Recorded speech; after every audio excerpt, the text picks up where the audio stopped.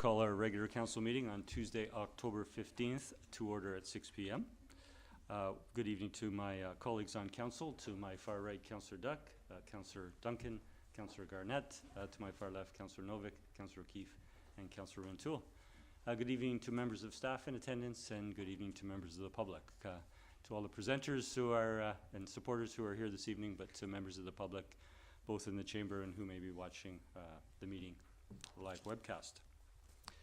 I'd like to next provide a territorial acknowledgement. I want to respectfully acknowledge that the entire town of Sydney lies within the ancestral territory of the Waddington people, the Sayote Nation, the Sartlip Nation, the Pakwachin Nation, and the Malahat Nation, the Sakem Nation and the Malahat Nation. We express our gratitude to the Waddington people for their stewardship of these lands and waters for millennia. We fully appreciate the important connection the Waddington people have to these lands today, and the important work we have to do to work together to ensure the stewardship of these lands for the current generation and for future generations to come. With that, I'll turn to approval of the agenda. And Council, there are two additions this evening. The first is a letter from Mr. Nigel Scott, and that will go under agenda item 12AR1, the Roberts Bay item. And the second is a letter from myself to the District of North Salish regarding the new pedestrian bridge between our communities, and I will place that under my mayor's report under number 10. And with that, I would look for a mover and seconder. The agenda be approved. Moved by Councillor Duck, seconded by Councillor Novick. All in favor? That motion carries. Thank you. And we're now turning to public participation, where we invite members of the public to come forward and address council. We ask that you keep your remarks to 4 minutes, and as you come forward, or when you come forward, if you can please tell us your name and the municipality that you reside in or the organization you represent. And for a first time, I'll ask if there's anyone wishing to come forward this evening.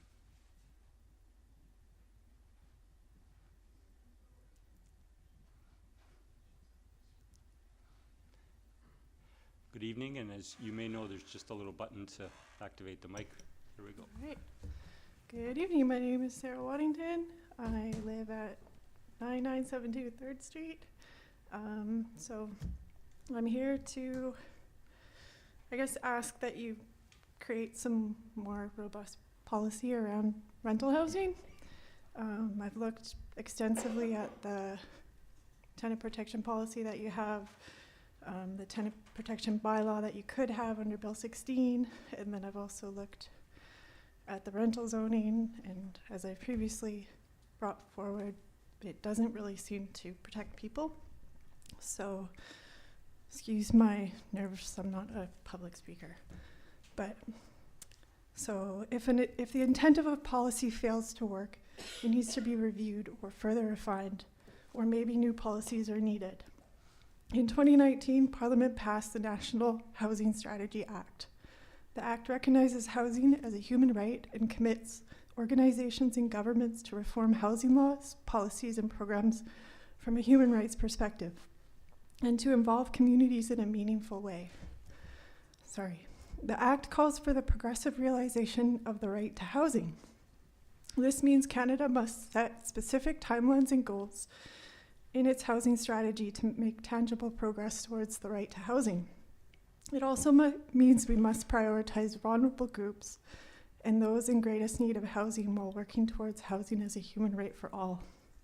I'm requesting in this spirit that you review, revise, and create policies regarding purpose-built rental housing, also known as PBRs, to mitigate the potential displacement of tenants and to protect this valuable type of rental stock that is being lost across Canada. Sydney's rental zoning and current tenant protection policy, though well-intentioned, fail to address both the protection of tenants and existing purpose-built rental stock. One of the major factors contributing to this is the lack of regulation around the demolition of purpose-built rentals. Implementing a rental replacement policy would support the intent of the current rental zoning and protection policies. After doing a fair amount of research, I've come to refer to this as the Holy Trinity, because this combination of policies actually will support tenant protections and rental stock, as well as align with the human right to housing-based approach to redevelopment. Currently, a combined cost of $165 would cover the demolition permit costs for both 9960 and 9972 3rd Street, 20 units of well below market housing before everybody was evicted. There are no regulations requiring a developer to follow through with a demolition permit, but a demolition permit is, however, a guaranteed means to legally evict tenants. How is this any different than the loophole of owner evictions that has so thoroughly been abused that it was recently regulated to avoid such circumstances? I would argue there isn't much difference. It just provides a greater potential to displace more people. Sorry. High Street Ventures, the developer who has purchased and is planning to demolish the buildings where I live, has no intention to replace rental housing and stated clearly their plans to move forward with a luxury condo development of 72 units. This past week, trees were tagged on the property, either a requirement of a rezoning application or a demolition checklist. I'm left in the dark as to which route might be taken. The Charme at 9960 3rd Street is now completely vacant, and the Seacrest at 9972 has 2 remaining units occupied. 18 fully livable and much needed housing units currently sit empty, and I think given our current housing environment, this is unacceptable, especially with the cold weather season approaching. I'll wrap it up soon, sorry. Canada's top growing companies ranks Canadian companies on 3-year revenue growth. High Street Ventures recently saw a 3-year revenue growth of 1,500%. So I will ask you, are you going to look out for the needs of those who live in the community or facilitate companies like High Street to build more housing regular citizens can't afford, all while accumulating wealth through the displacement and destruction of housing we have the greatest need to supply? If developments like High Street's luxury condo plans move forward, the housing policies within the OCP mean nothing, nor does rental zoning, and we ignore the needs of an important vulnerable class of citizens who live in the community, tenants. My request is regulate the demolition of purpose-built rentals, as shown in the policy examples I will provide to you. This gives your rental zoning and tenant protections applicability and effect in doing so, which they currently lack. 2, make development permits a qualifying factor of tenant protections, in addition to rezoning amendments. This makes tenant protections applicable to a wider range of circumstances such as my own. In conclusion, if we want to protect purpose-built rentals and tenants, demolitions of these buildings need to be regulated. Rental replacement policies ensure the replacement of rental housing by making the approval of development plans for purpose-built rentals a requirement for demolition. This supports the intent of your rental zoning and strengthens tenant protection policies. If we truly want to address the current disparity around housing, we need to adopt a human rights framework for housing policies and implementation, and we must develop an awareness of the negative impacts of the financialization of housing. Thank you. Thank you for coming forward this evening. You can forward that to us. Thank you. For the benefit of those who may not be aware, with the provincial legislation that the province of British Columbia brought forward last year and earlier this year, council has, the town of Sydney as well as many other municipalities in the province has been required to address the legislation which the town of Sydney did and council did prior to June 30th of this year. There are other pieces of legislation and there are other requirements that the province has put on municipalities, which include a zoning review, which include an OCP review in 2025, and council's intent through its both its strategic plan and its OCP to address many aspects of housing, including rental protection policies and others. So thank you again for coming forward this evening. I'll call for a second time if there's anyone wishing to come forward. And I'll call for a third and final time. Seeing no further speakers, I will close public participation And we're now turning to item 4D1, which is a presentation from the team at the Shaw Center for the Salish Sea. We welcome Executive Director Pauline and Board President Allan Lane. And Treasurer. You might just have to pop the button for the mic there again.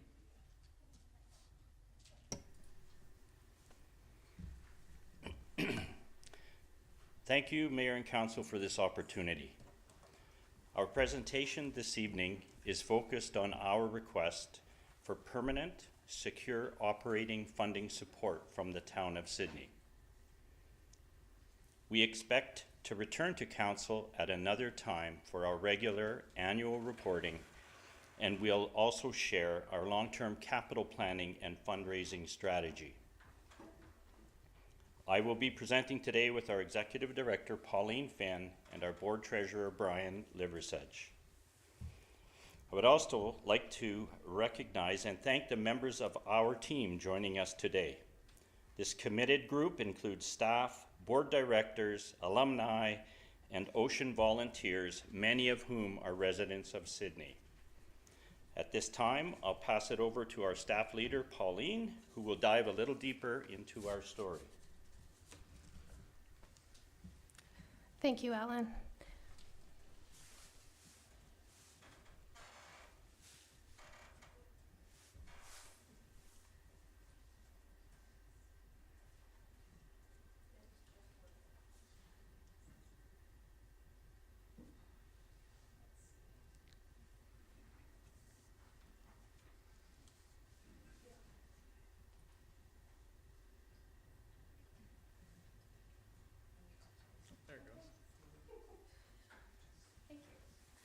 All right, so in 2004, leaders from the town of Sydney and the local business and science communities committed to the creation of a one-of-a-kind facility showcasing the magnificent ocean for locals and visitors alike. Perfect. From the very beginning, our society's board and the town of Sydney's council members believed that the center would benefit residents and be an important component for economic development. Together, we've been partners in making the center a major attraction and a trusted resource for this unique seaside town. This slide shows the kelp cutting and the community excitement on the center's opening day. It is our honor to further the work of those founders while also staying relevant to best serve the community and contribute to the aspirations set out in the town of Sydney's official community plan and our society's strategic plan. It is important, however, that we remember that behind the scenes, there were many challenging years along the way. For most of the first 10 years of operation, the center had significant operating deficits, and when our board stood before this council in 2017, the center was on the brink of closing.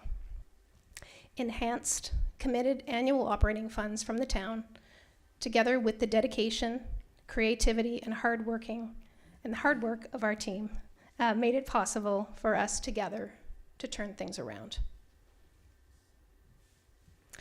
With the current level of annual operating support from the town of Sydney, our financial model, while still delicate, is working, and our team can responsibly plan further into the future, guided by our community-informed strategic plan. This plan includes a commitment to actively engage with local First Nations to make our center more welcoming and relevant to their community members. This slide shows two examples of those efforts. The poster on the left is for the exhibition To Fishes Formerly, a story of Straits Salish resurgence. This exhibition presented the story of reef net fishing banned by the Canadian government and now being relearned, retaught, and celebrated in this community. And on the right, you will see our upcoming Halloween fundraiser, the Ascarium. This year, the admission by donation proceeds will be split between our charity and the Pape Bacon Hayout Foundation. This foundation is dedicated to land-based education and ecosystem restoration throughout the Wasanich homelands. We also plan to profile some of their important work in our next feature exhibition. As imagined by our founders and summarized more fully in your package, the center benefits the town in a variety of ways, including economic impact, accessibility, building connections with Indigenous organizations and communities, social well-being. This includes benefits to the 150 volunteers, some of whom are here tonight, who collectively spent over 7,600 hours volunteering at the center this past year. Other values include industry and community connections, employment and career development for youth, affordable annual memberships, and event space. Just last week, we hosted the UVic School of Environmental Sciences 50th year anniversary at the center. And last but not least, but definitely not least, it's our special sauce, if you will. We are a leader in community aquarium, animal care, and welfare. And of course, we are a hub for high-quality environmental education experiences, including school programs and summer camps. We are a great investment, and our work adds significant value to this community. Both what we do and how we do it contributes to the vitality and the distinct character of Sydney. Now, Brian will explain how your ongoing financial support is key to the center's long-term success.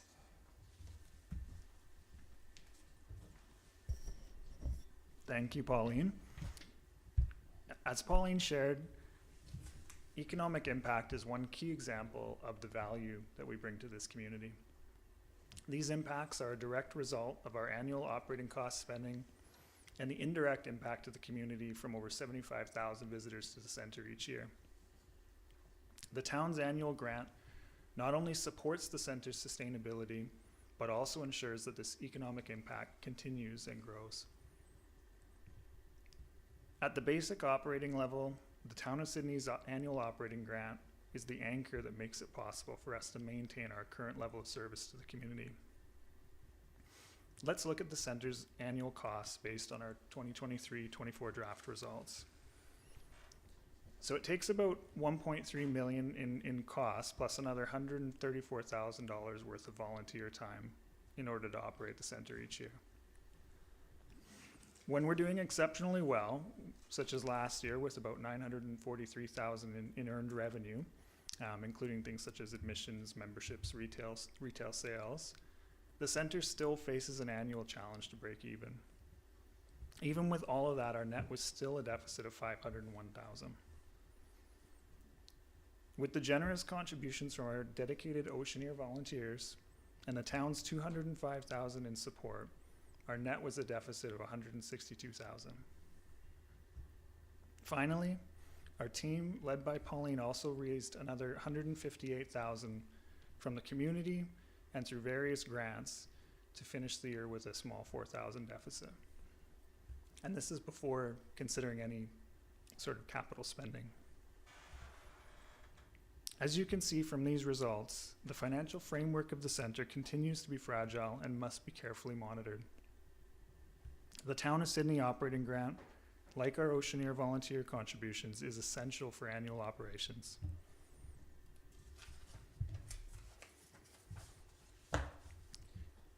Since our last presentation to this council, we've developed a deeper understanding of our ongoing and long-term capital needs. To date, our capital efforts have been somewhat reactionary, smaller scale, and funded by modest operating surpluses. But we're working to change that. We've already taken steps to prepare for more substantial levels of capital investment and are planning for a sizable capital investment campaign in 2025. Once this vital operating funding has been secured, it will allow us to fully shift our attention to this very important capital planning and fundraising. So as we begin to wrap up our presentation, Allan has some concluding words to remind you why we're here today. Thanks, Brian.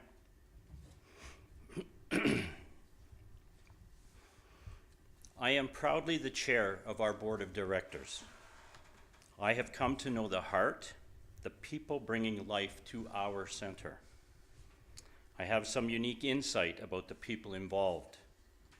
First, the passionate and diverse employees and volunteers that connect our animal inhabitants with their own passion for the Salish Sea.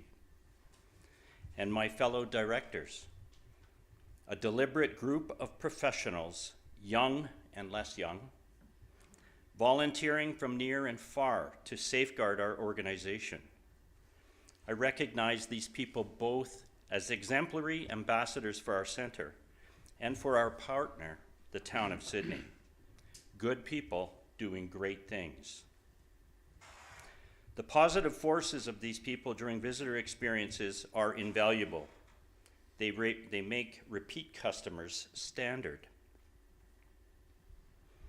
Their reach was recognized during a fundraising effort last fall that resulted in donations from Germany, Australia, and Los Angeles.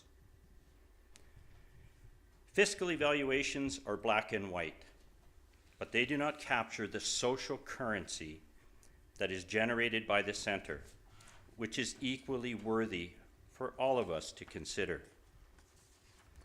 With the town of Sydney's help, we have strengthened our trusted place in this community. Today, we ask the town to demonstrate belief in our longevity, not just for us, but to all other potential supporters. Our proposal for the town to provide operating support as a permanent percentage of the tax base will illustrate that belief. And that belief is not static. It will be a catalyst for our growing contributed revenue in both operational and capital campaigns. For 15 years, the center has been engaging locals and visitors of all ages in stories about the Salish Sea, with the aim of protecting it for future generations. Consider how far we have come together in the last 5 years. We navigated COVID, made facility and management improvements. We enhanced our offerings to the community and gained a deeper understanding of our operations and capital needs that will foster our collective success.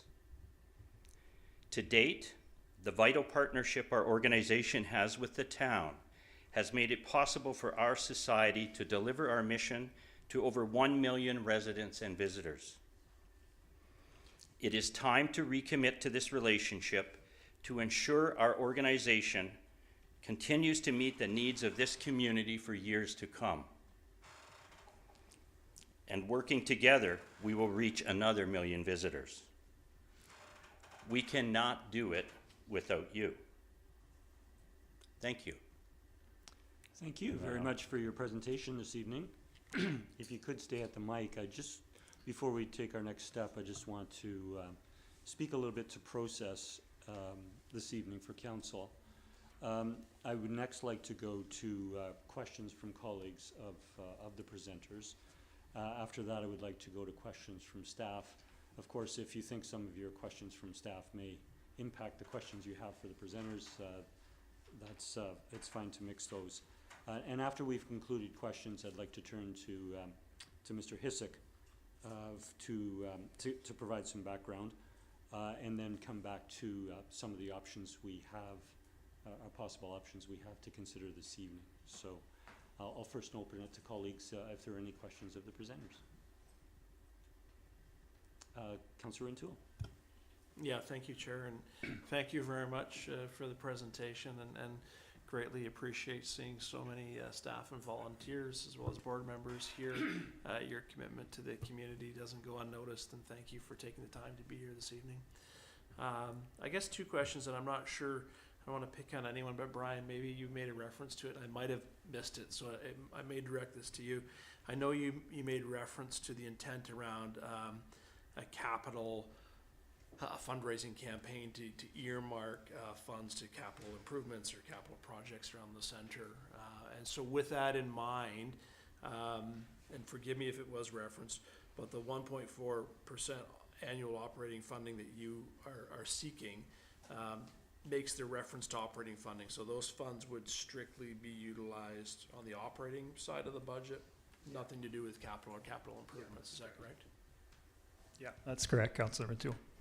Okay, Thank you. And has that position shifted at all since the last time you came before council? Because I know you were seeking sort of a fixed dollar amount to be included longer term in the town's 5-year financial plan.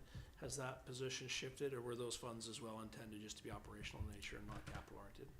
I don't think the position shifted, no. Like, in the past, the capital,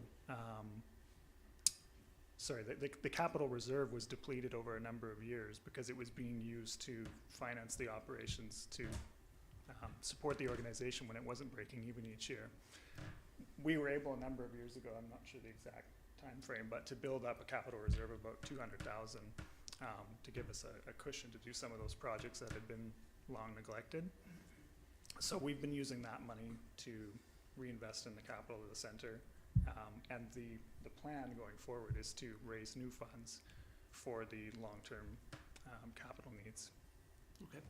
Thank you for that clarification. Appreciate it. Thank you, Councillor. Councillor Novak. Thank you, Mayor, and thank you to Pauline and her team. I think you guys do an amazing job. I love the center. I get in there at least once a year, if not more often.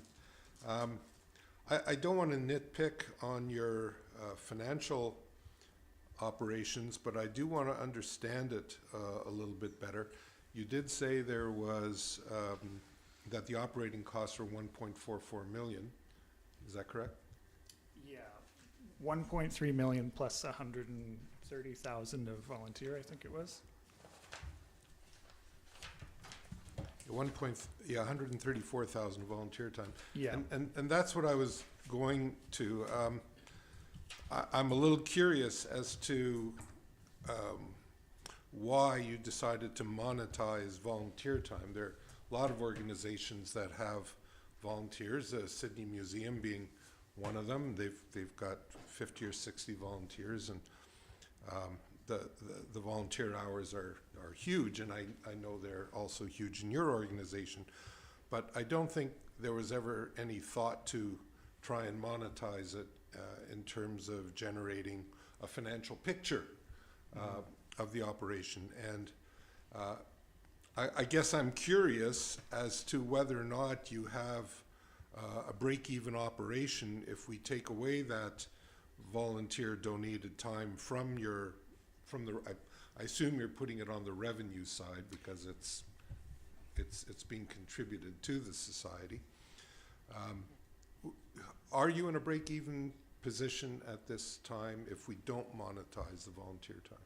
So in the table you looked at, the volunteer time is shown as a revenue item, but it's also being shown as a cost, so the two cancel each other out. It wouldn't change the net result that we presented there. Okay, so the $4,000 deficit is in fact accurate. Yeah. And an organization your size, that's not very much. So I would say that's pretty much a break-even operation. Yeah, and that was what we budgeted for last year. Okay. And you have come up with a number of 1.4% of the tax base. Could you give us a little bit of color commentary on how you arrived at that financing model? Where did the 1.4 come from, and how did you decide to make that a percentage of our tax base rather than something related directly to your operations? Mm-hmm. So just put your hand up, or? No. Oh, okay. So the 1.4% number we came up with the help of Andrew, basically to more or less represent what we're currently receiving from the town. So the 205,000 was the target that we were looking to achieve. The reason that we decided to go to the property tax percentage instead of the current model was simply so that it would allow our organization to grow alongside with the community, with the tax base. Okay, thank you. And finally, is your request sufficient? You addressed it briefly when you talked about your reserves for funding rebuild projects and that sort of thing. I would guess that an aquarium such as yours would have a lot of very, very expensive behind-the-scenes equipment. And that equipment would tend to have a relatively fixed lifespan. And the aquarium has been in operation for a number of years now. I don't know what the status of that equipment is, but I do suspect there's going to be substantial capital needs in the future. And could you give us a sense of what your capital plan is to address those upcoming needs? Yeah, did you want to speak to that, Pauline? Thank you. I'm actually going to show a couple of slides here, backup slides. Let me just get to that.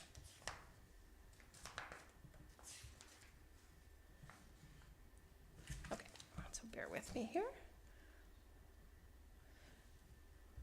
Okay, so in terms of what we've got upcoming, the first major capital project on our horizon is the replacement of our wheelchair lift. It's near the end of its life. It's at the end of its life, depending on the day.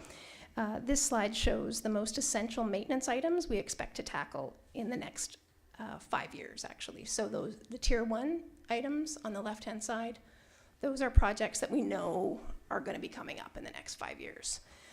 On the other side, those are projects that are more experience related, and I'm not going to say that they're not as important, but they are going to be a little bit opportunistic in terms of funding and those kinds of things.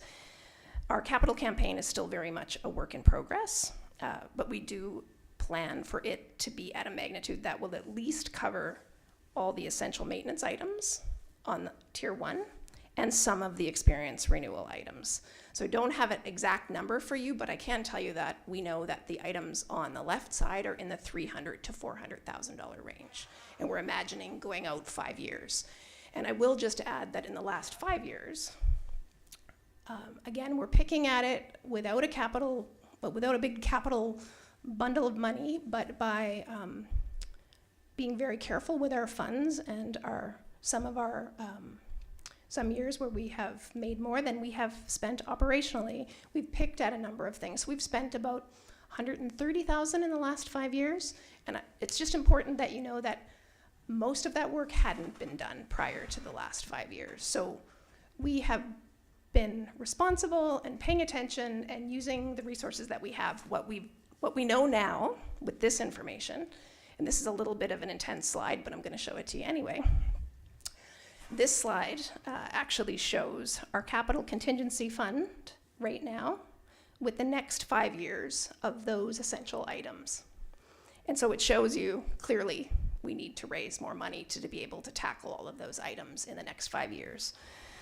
So as you can see, this is a really important time for us to secure our annual operating support so we can shift our attention to the capital fundraising, which other than when the center was first created, that has not been done in our history. So it's kind of just where we're at right now as an organization, but we do have a greater understanding of it. We've got more work to do, but we are expecting to launch a bigger fundraising campaign focused on capital in the next calendar year.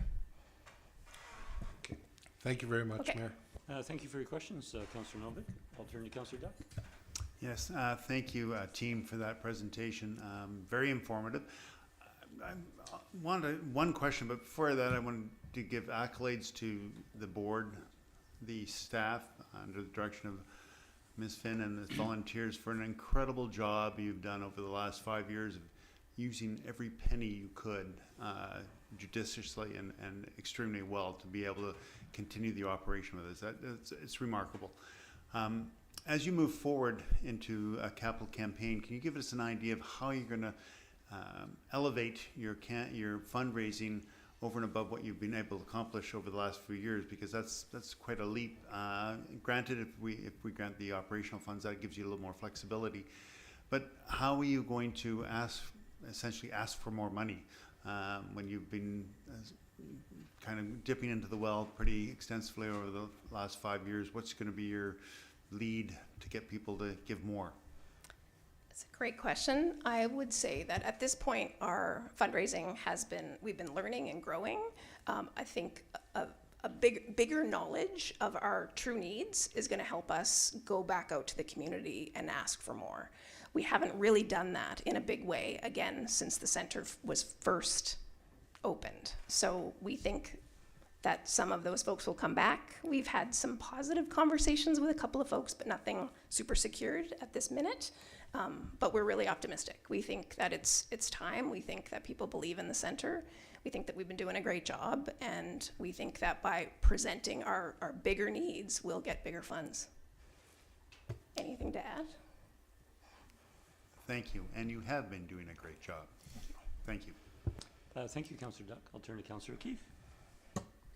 Thank you, Mayor, and thank you for presentation and for all of you for what you're doing in our community. It's appreciated. Going back to the the fundraising in that sorry, contributed revenue once again. My recollection is this has been something that's been an area identified as potential growth for a long time. I remember back in 2018, you know, it was new to, or maybe it was 2019. We were all new to this. And that was one of the areas that was identified as we need to do more fundraising, and we're gonna get a plan together and get going on that. And then I think, you know, it didn't do exactly what you wanted it to do. Then we got hit with COVID. I recall another strategic plan, again, where it identified we need to do more to get contributed revenue coming in. We're putting a plan together. We're very optimistic that we have a better idea of what we need now, and we're going to execute that. So I'm happy to hear that you're going to do it again, but I guess similar to my colleague's question, yeah, what's, you know, although there was commitments and plans to do that before, what do you think is different from then? Like, why we weren't able to be successful with those previous plans, and what optimism is there for, like, the new plan? Yeah, so I'm just pulling this slide back because we have in the past year raised operationally as much as we've ever raised as an organization operationally. So we have achieved those plans. We're planning bigger, and I'm gonna go back to this slide, and this was the inspirational slide that got us planning bigger when we actually looked at going further out with capital, because we've had a lot to learn. We really have had a lot to learn, both with the operations and with the capital. So lots to learn about the building, where are things really at. So we have had success, and now we know that we need to focus those fundraising efforts that we have had success with in a bigger way towards capital. So I'm not saying it was perfect and we did everything exactly as planned, but we've come a real long way in terms of our contributed revenue for the operations. And so with the focus on the fundraising for capital, will there still be fundraising for operations Yes. as well? So Yep. kind of doing both at the same time? 100%, Oh, okay. yes. And we do believe strongly that stable funding gives us access to more funding and more money. Like, people want to support organizations that are doing well. Right. Okay, good. And we finally have the nerve to kind of amp it up. But we also know more, and we know we need to amp it up. So it's a combination of both of those things. But Right. yes, we have to continue to fundraise operationally also. Okay, good, thank you. Okay. Thank you, Councillor O'Keefe. I'll turn to Councillor Garnett, then Councillor Duncan. Please, Councillor Duncan. Their liaison defers. Yeah, thank you for your presentation. It's always nice to see you. I was just thinking that it's been 11 years since I volunteered there. We're all still here. What opportunities do you have? I know your slide where you had your bullet points of what your big strengths are was, of course, that you're a leader in animal care. And we kind of you've been highlighting and doing a lot of work in collaborations with artists, and artists is part of your education. I'm wondering, have you explored, and what opportunities are you aware of for collaborating with some of the educational, or with like Coast and you know, the kind of the blue economy people? So from that scale, that side of I don't know, education and research dollars, right, in ways you can collaborate, and then, academic research, so through Royal Roads and UVic. It seems like there might be some opportunities there, and I'm just wondering if you've explored that, if there's things you've heard of. Yeah, it's a great question. I think I should take this. Yeah. Okay. It's a great question. I will say over the last 5 years that we have come a real long way in being like, I think it's November coming up, we've got scientists coming in to work with our sea cucumbers, ethically work with them, but they're coming to us because we have something special and we're doing it right and they trust us. So what's my answer? My answer to this is that I think there are some opportunities. I'll be honest that we haven't explored them in a monetary way, but I feel like what we've been doing is building connections, building trust, and I think we're pretty close to being able to ask some of these academic and industry partners for money, and I absolutely plan on asking them for funds when we go forward with our big capital campaign, but also with the other items. But that idea of having an institutional relationship with an academic institution is definitely something we've talked about. I've got a team member who's done it in another organization. We just haven't kind of pushed forward on that one yet. Are you aware, does the Vancouver Aquarium have research opportunities like that? I'm just thinking, I knew I had people in the marine sciences program when I was at UBC who were working there, so I don't know if there's some sort of somebody who knows something who you could follow. Yeah. Sure. Our head of animal care, Kit Thornton, knows a lot of things. Hello. Okay, so I actually work with the community science initiatives right now. And so we have worked with UBC, UVic, DFO, and they do actually contribute very small amounts of funds to us. Probably it's like a donation essentially for our staff time and our facility usage, usually around 300 to 500, I want to say. And I find that a lot of the issues with asking them for more money is because we're working with master students and PhD students, and they're obviously on limited funds as well. The DFO, I'm hoping for a bit of a bigger ask because they actually do have earmarked funding for this sea cucumber project. And so when they come in November, we're going to chat a bit more about that. As for doing research at our facility, we are able to do certain projects because I'm a vet tech and I'm certified to do that.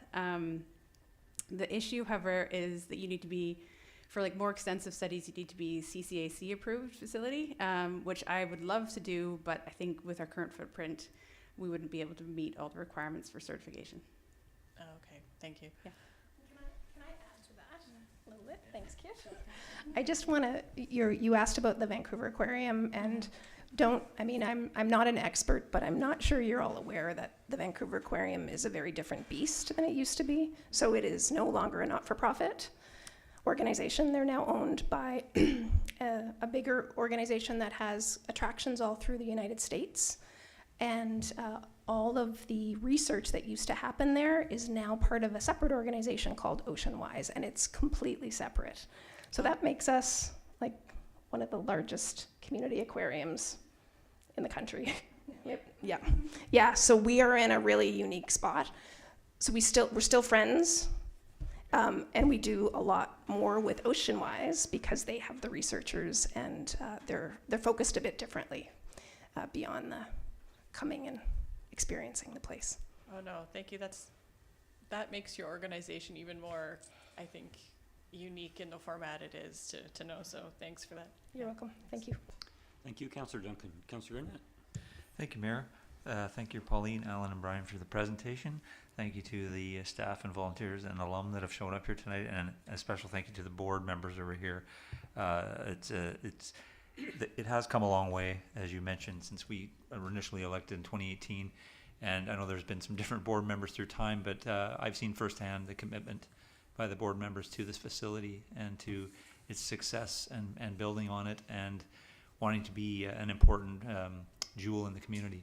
And there's so much so that you all volunteer your time, not just on the board, but actually in the facility. So, and that's not something you see with every organization. Just want to take that point out and thank you very much for that. And I do have some questions here, and There's just more in terms of, I don't want to say worst case scenario, but just questions that people might have on their mind that might help give some clarity. Without the funding, when and what would be done to reduce services? Okay, that's a good question that we thought someone might ask. It's a good question. But the answer is pretty challenging. We don't take today's important request lightly, and we wouldn't be standing before you with this significant request if we didn't believe that the ongoing operational support from the town of Sydney was crucial to the future of our centre. If we slide back into service reductions and intense expense reductions, we will find ourselves back to that challenging place we were in 2017. Of course, we're practical people. We think about all kinds of what ifs. We would have to make some immediate micro steps, and they might include things like reducing or removing free community offerings and specialized programming and further price increases. But we do strongly believe that moving in that direction is a slippery slope to the return of the organizational instability, which is why we're making today's important request, and which is also why we're focusing on the operational piece, because we think that is core, and then you leap from there. That's my answer. Anyone have anything to add? Okay. Great, thank you. In the original business perspectives for the center, the business plan suggested that the operations be entirely self-supporting through admissions, retail, and program revenues. Is there a way to explain what happened to get us to the point where we are now, or where we were specifically in 2018? Yeah, it's a good question. I'm going to grab the perspectives. Sure.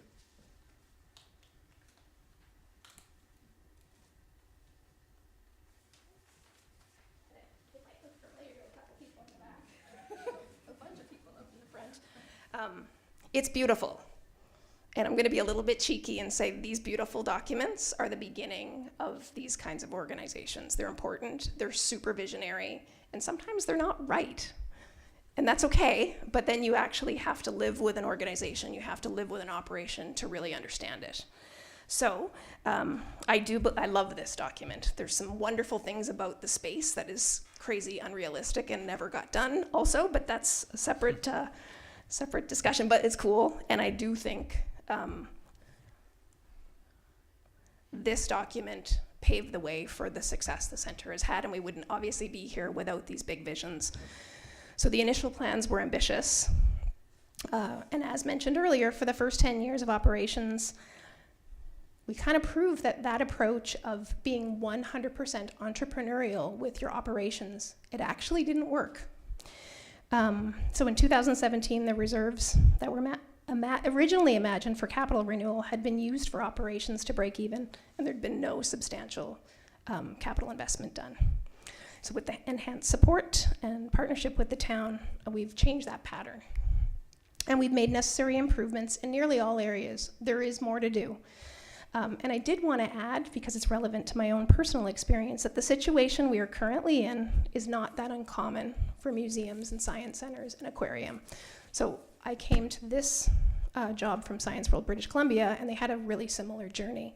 When I started there, the CEO at the time, my boss that hired me, they had been 2 or 3 years into trying to do a turnaround where it was hard for them to make payroll, these kinds of things, and it was all anchored in this idea that they would be fully entrepreneurial from the beginning, and they had to change that approach, and they now have a mix of government funding and lots of different sponsors and funders.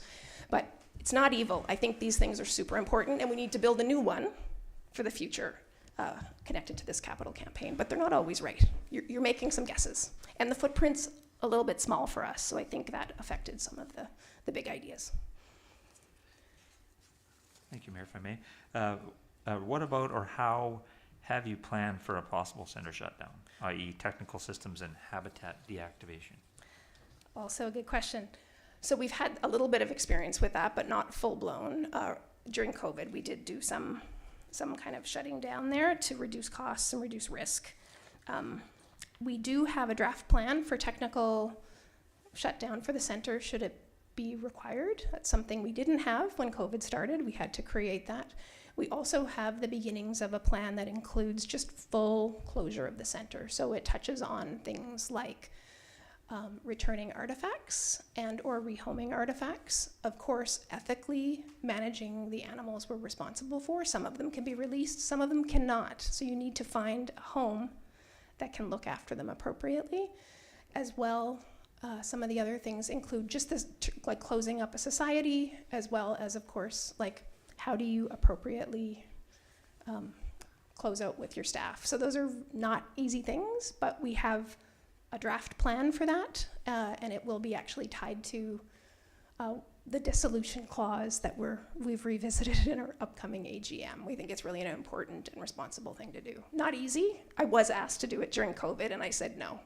I just said I can't go that far. It's too depressing. We just have to stay alive, and the board supported me. So we focused on just just what we absolutely had to do, and didn't take the time at that time to go whole hog in terms of shutting down the center plans.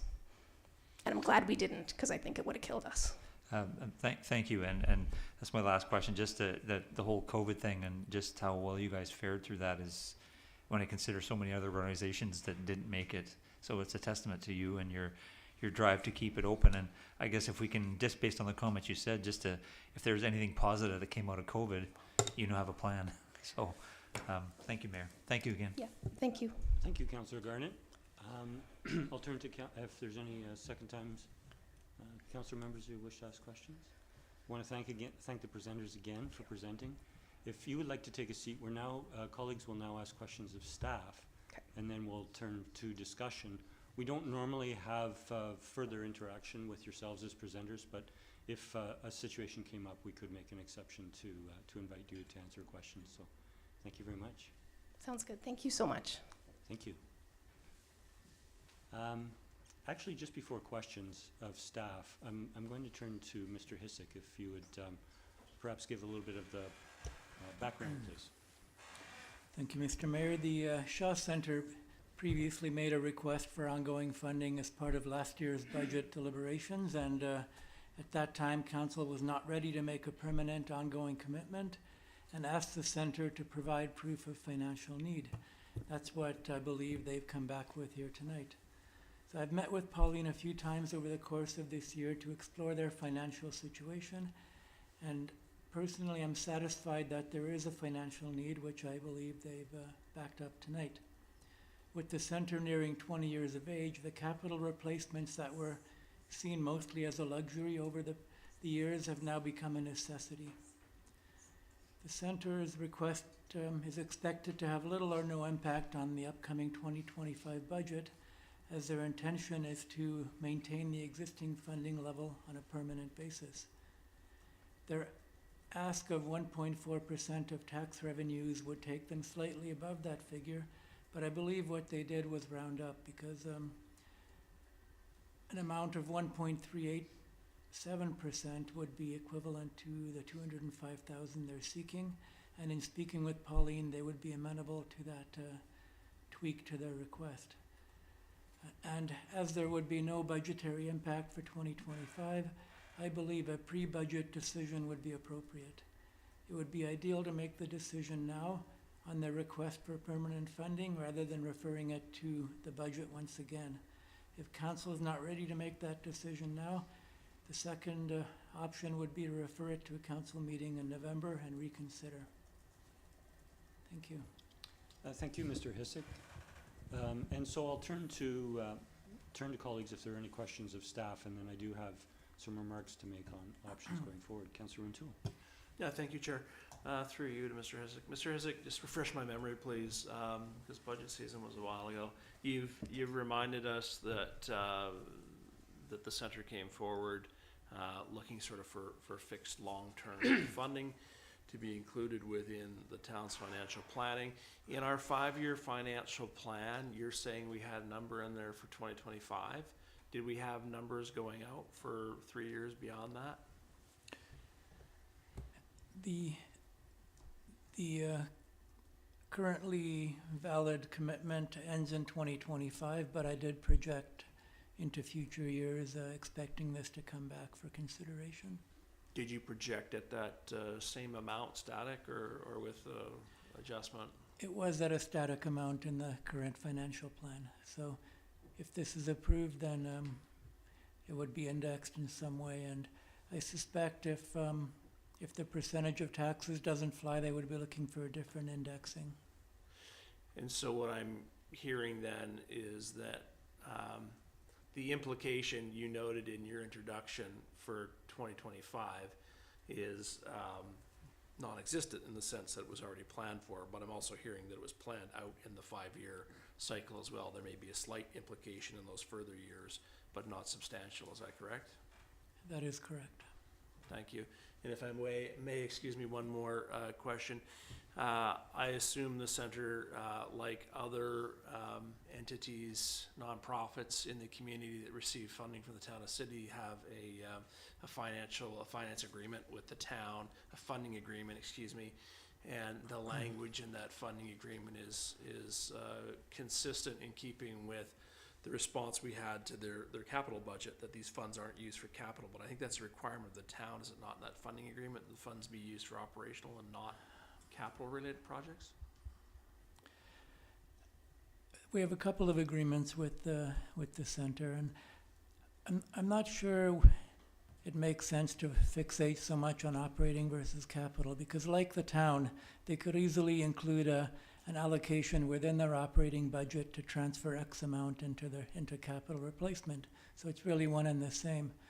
But originally there was a 20-year agreement with the center which expires in 2027 about the general operation. And then a few years ago when they came to us for additional funding, we put some financial reporting requirements in place. So that's what we currently have. Thank you. And there's been, to this point, that expiry of 2027, is that still current?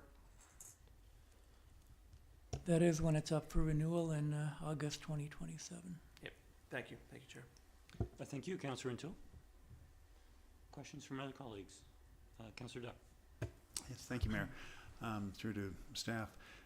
You've indicated that there's a real impact on the 2025 budget, and looking forward and projecting if we were to go ahead and make this a line item in the budget, what's the impact we can anticipate in future years that we might want to know about now before getting too far down that road? Thank you. Well, the current financial plan projected future year's tax increase as it does every single iteration, but it's always just a planning figure beyond year one, and we always find a way to reduce the year two amount through the budget process itself or council deliberations. So whatever is in the current financial plan now is our best guess, but it's not going to be what you're going to see in January. Thank you. So just looking at risk management, are we at risk anything here that looking down the road further that we're not already on the hook for?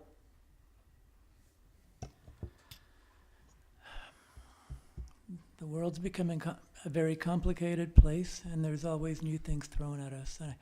I can't say that if we do or do not commit to this ongoing funding that won't happen anyway. Okay, thank you. Thank you, Mayor. Thank you, Councillor Duck. Seeing no other questions, I do have one, and that is the request, reading from the letter, is for an indexed annual operating grant of 1.4% of the town of Sydney tax base. I'm wondering about the requirement for the word indexed, because if it is 1.4% of the Sydney tax base, how is index come into it? You're right, Mr. Mayor. That itself is the indexing if it were to be a percentage of taxes. Thank you for that clarification. So, Council, my suggestion is to begin the process is we could put a motion forward directly from the request that has been made, and that is for the annual operating grant of 1.4% of the town Sydney tax base, and we can then deliberate.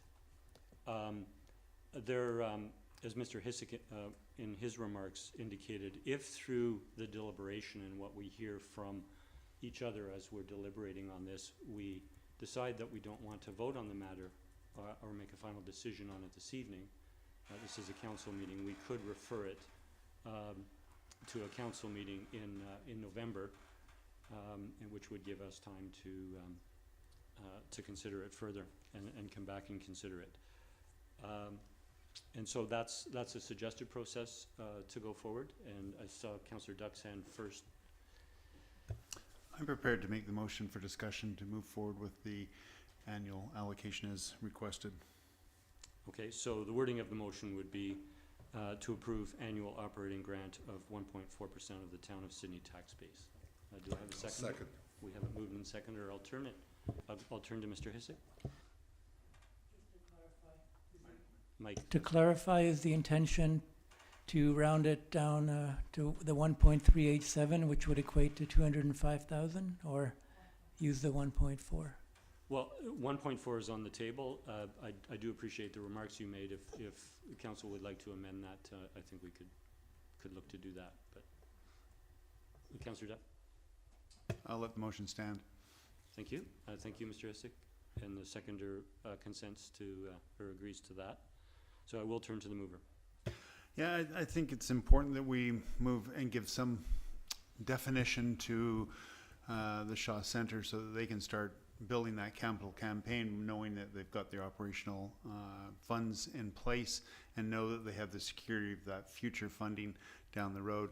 I think they've demonstrated, certainly over the last 5 years, how they're taking care of their funding and using it appropriately and judiciously. I think that they have demonstrated to us that we can honor that support and see them continue doing good work. I think that the Shaw Centre for the Salish Sea is an attribute to our community and demonstrates that through both its own nonprofit efforts and charitable procedures. So I'd like to see this move ahead. Thank you.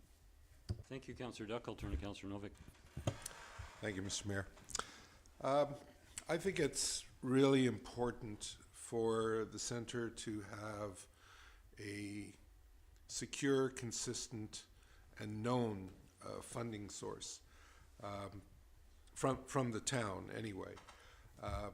As somebody who was in a similar position with the museum a number of years ago, when we came to council to ask for a fixed line item, which we didn't have, and an index line item at that, it was a bit different. We didn't ask for it in terms of a 1.4% of the tax base. We had a different model, but nonetheless, the principle is the same, and that is we wanted to see a consistent funding from the city, from the town, so that was something we could take off our annual table and focus our energies on other elements of generating revenue, admissions and grants and that sort of thing. I don't need to repeat what Councillor Duck said. The centre is, I think, an anchor for the community. I think they have a well-earned place as a prime attraction.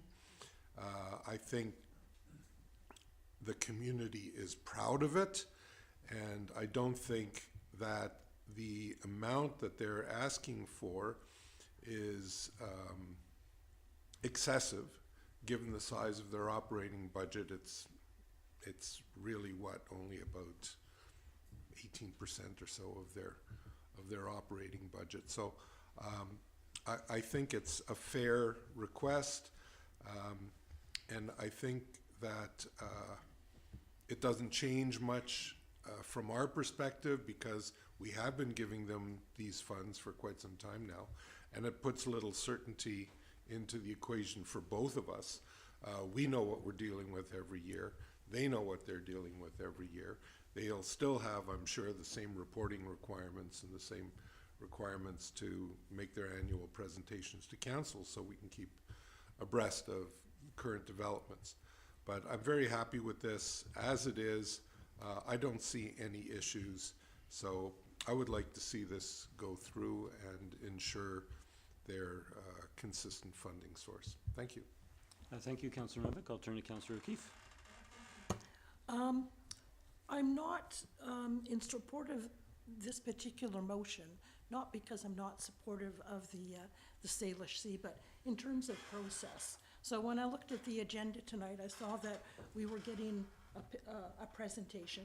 So I thought, okay, we're getting some additional information, but my understanding of our process, if there's a decision to be made or a motion to be brought forward, that should have been, I think, part of the agenda and that and us given advance notice of that motion.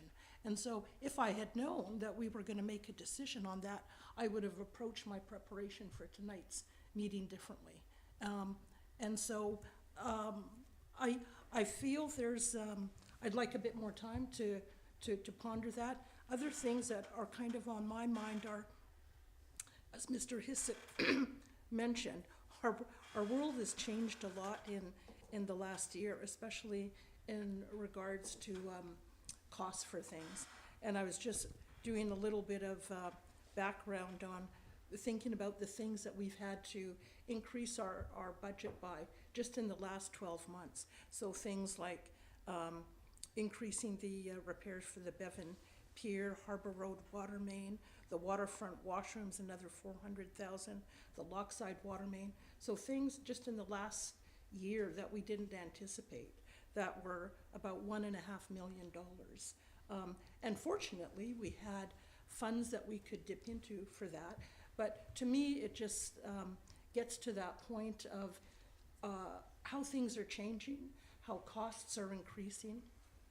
And so tonight, I'm not prepared to make a decision on what we want to do with this. Until I've got a bit more time. Now, knowing that that's what we're going to do, I might do kind of a deeper dive into things and have some additional questions at a later date. And I always thought that we were going to be looking at this at next budget, is what my understanding was. And so I don't get the sense that the center is ready to fold now if we didn't provide this funding. And so my preference would have been to look at this at budget time along with, other things. In addition to that, I know that Artsy, for example, is struggling. And I know that they may want to come to council and ask for assistance. And I'd like more information for staff in terms of,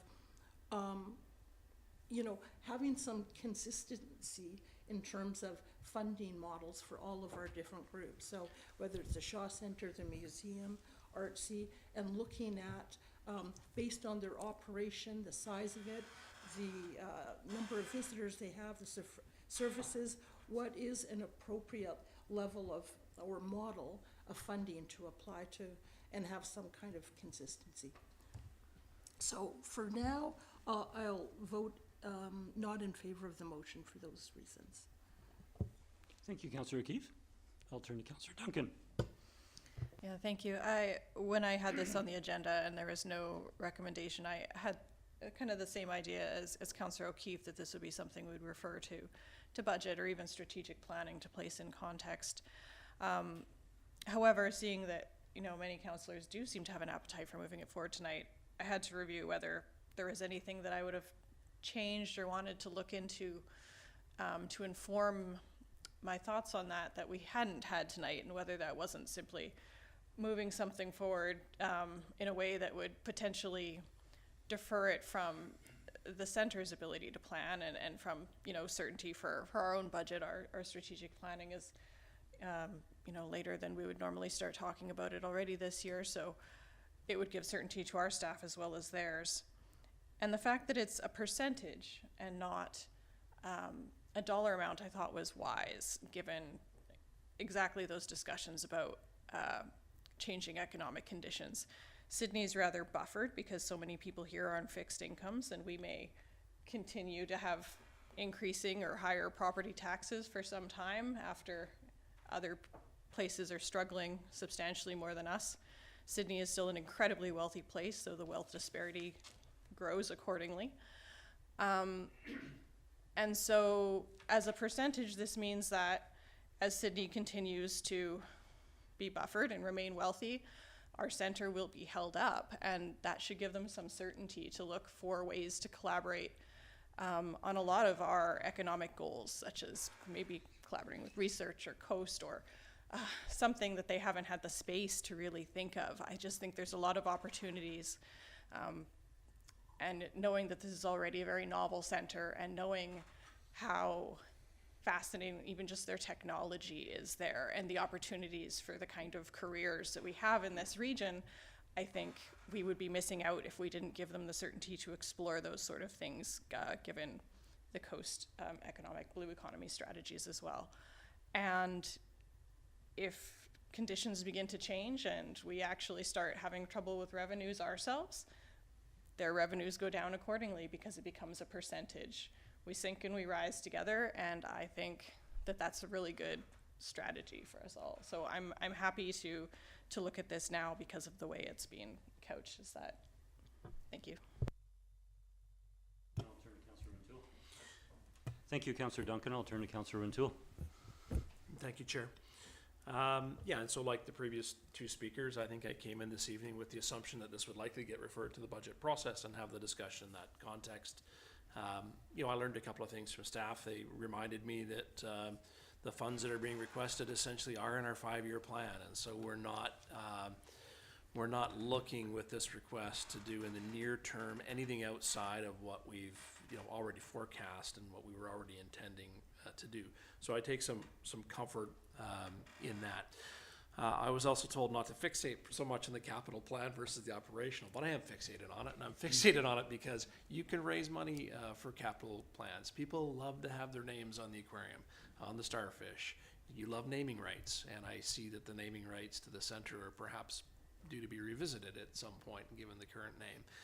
So there's opportunities for you on the capital side to raise funds, and I'm very supportive of seeing the town to continue this relationship and this partnership, particularly from the standpoint of the surety that it provides your volunteer board, your volunteers at the center, your professional staff, so that you can take solace in knowing that not only are you appreciated by your visitors, but by your partners in the town. Because I truly do believe, as you've illustrated, that you provide an economic benefit as well as a social benefit to the community. And so I'm inclined at this point to support the motion that's before us, but I'll certainly listen to the remainder of my colleagues to speak. Thank you. Thank you, Councillor Rintoul. Councillor Gurnett, please. Thank you, Mayor, and thank you, colleagues, for your comments. I think I take a certain level of comfort in the fact that this has been worked on with our CFO. That gives me some assurances that if there were problems, we would have heard about it from Mr. Hissick, and that hasn't come forth. This is not an ask for an increase; it's asked for a sort of a quid pro quo. So that those outside sources where we're having costs go up, this isn't. I don't think it can be correlated the same. I did approach this meeting from two minds, that it would be just a presentation, but what if it wasn't just a presentation? What if we were to be asked to make a decision tonight? So I came prepared either way, and I had conversations with Mr. Hissick along those lines. I think, and you mentioned in your presentation or in your letter about the economic development plan, so I went back and pulled out the document, and in the current assessment situation that Lionsgate provided, the consulting firm, on page 26, it talks about, it lists economic community assets, and the Shaw Centre is listed there with Mary Winspear, the Harbour Road Marine Industry, and the Westside Industrial Group. So that says to me that an outside consultant actually thought you were a valuable community asset economically, and they don't actually live here. So that speaks volumes to the fact that you do provide such a benefit to the community. And I think we, like I've said in meetings previous, we focus on the economic side of things because that's what we've asked you to do, and you've met all the bars from my perspective since I've been on this table. But there's so much more, and the educational component is something we overlook, and I think it's a really important, given what our climate change conditions are like and how important the ocean is, and you guys do so much in that realm with educating not just everybody in the community, but particularly the youth.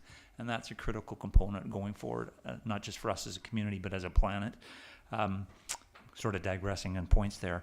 But as others have said, it's the consistency, it's the ability to plan, and I think that's important for an organization like yourself.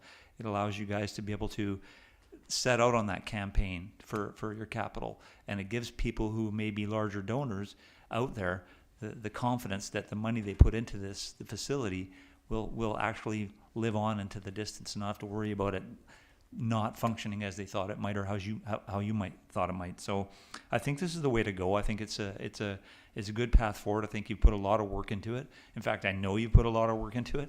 Being your liaison, I've seen at meetings how much time the board has spent through this and how much it means to them. And the community benefit is there, and I don't think there's anybody here that would say it isn't. And I think it's just really important for the community that we get behind you and support what you have going forward. Thank you, Mayor. Thank you, Councillor Garnett. I guess I'm last to speak, and I'm supporting the motion, and I first want to congratulate the Shaw Centre for the Salish Sea on the enormous success of over 1 million visitors in the 15 years. That is an enormous accomplishment.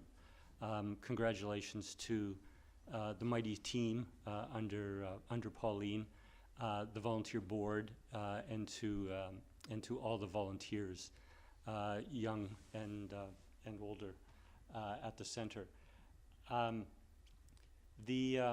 I think Councillor Novick alluded to something important in his remarks, in that we set a precedent for a percentage of tax-based funding to the Mary Winspear Centre many, many years ago.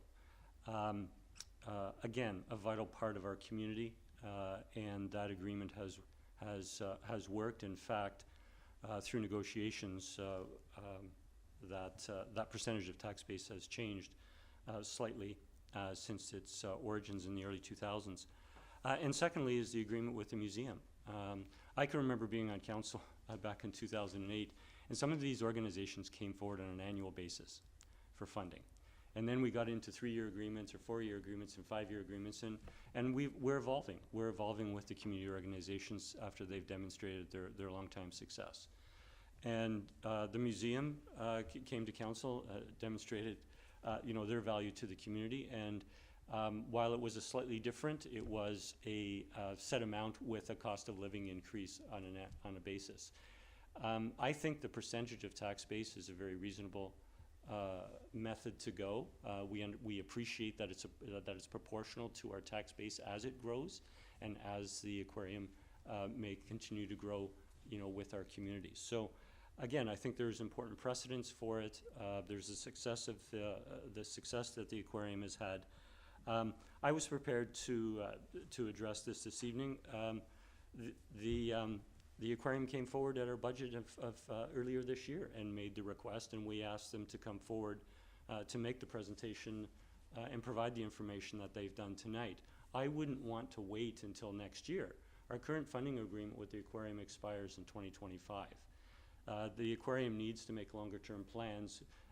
We don't want them on our doorstep 9 months from now, 6 months before the agreement expires, telling us how challenging things could become. So I think this allows, as Councillor Gannett spoke to, allows for the future planning that the aquarium needs to take, and we wish you a continued success. Thank you. I'll turn to second-time speakers. Councillor O'Keefe. Thank you. Just want to say that I agree with pretty well everything my colleagues are saying, and my main concern about this is what I would have preferred to see is the reason that we have notices of motions, the reason that we have an agenda that states what decisions are going to be made is not just for our benefit, but for the benefit of the public as well. So if they see something on the agenda that they want to comment on or provide input on, they have that opportunity. So we've missed that opportunity. Also, I would have appreciated if there had been discussions with staff and staff had info to share. To me, what our normal process would be that there would be the presentation, there would be a staff report on the agenda with the update on discussions they'd have, and a recommendation. So those are my concerns. having said that, you know, I concur that it would be nice to see this move forward again. So I'm not going to object to the motion just on those process, but I wanted to highlight that. And I would hope that in the future, when some things like this come forward, I think our proper process, courtesy to council and to the public, is to state what is it, if there's a decision to be made, have an associated staff report as we would normally, that's our normal way of conducting business. Thank you. Thank you, Councillor O'Keefe. I just want to clarify that the agenda item does say long-term funding request for the Shaw Centre for the Salish Sea. So, and the first sentence in the report, in the letter from, clearly indicates what the request is, and we've had this come forward to council at our previous budget meeting. So, I think this is in alignment with process that we have, and that the public has been informed of what is in our agenda this evening, but I do respect the remarks that you've made this evening. Seeing no further discussion, I'll call the question. All in favor? The motion carries unanimous. Thank you, Council, and congratulations to the Centre. I'll just take a minute to thank you for your time and for all your kind words, and we look forward to putting it to work now. Thank you. Great, thank you.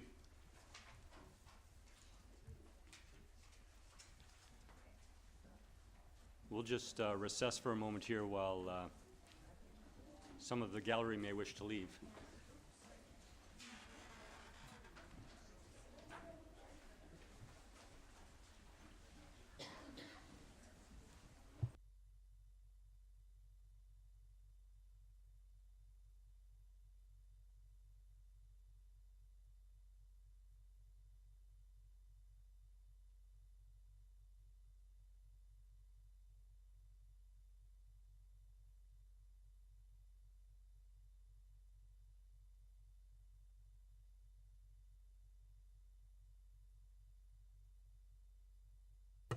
Thank you.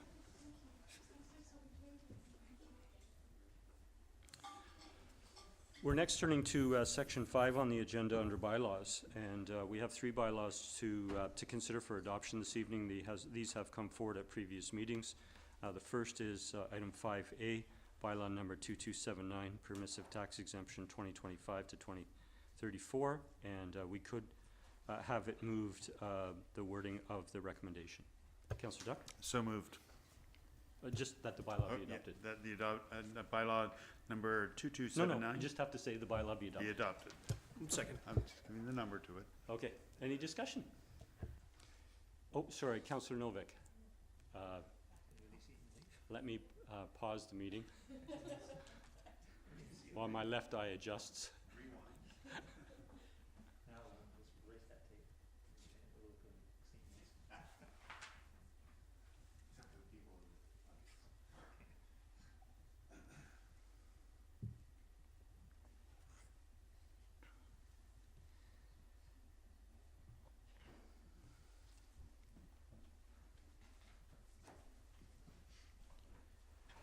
Councillor Novick, we've just turned to item 5A, which is bylaw number 2279, Permissive Tax Exemption 2025 to 2034.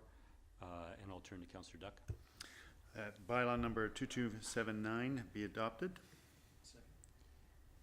We have it moved and seconded. Any discussion? Seeing none, all in favor? The motion carries. Thank you. And we're turning to 5B, bylaw number 2280, Permissive Tax Exemption 2025 to 2026, to provide 2-year tax exemption for one property. Councillor Dutt? I move that the bylaw number 2280 the bylaw be adopted. Moved and seconded. Any discussion? All in favor?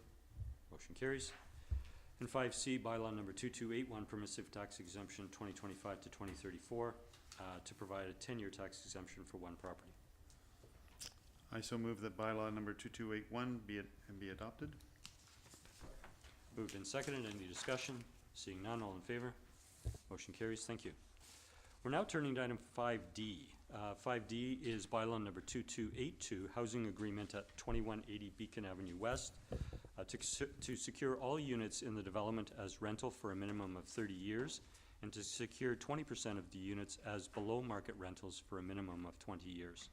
We do have a letter included in the agenda that was received before the agenda was published, and we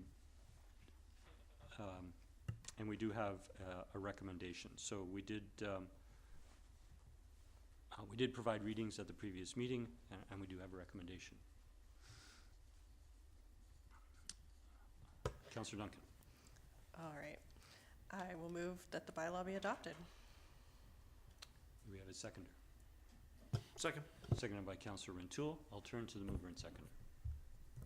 We've had discussion about this. I don't have anything more to add. Thank you. Councillor Rintoul. Thank you. No, I think there was certainly some clarification provided by staff with respect to how this housing agreement has come to fruition, and the process in which if some questions that were brought forward have been addressed. I'm satisfied with the manner in which staff has proceeded with this, and supportive of the housing agreement and the bylaw. Thank you. Thank you, Councillor. I'll turn to Councillor O'Keefe. Thank you. I do have some reservations about the terms of agreement.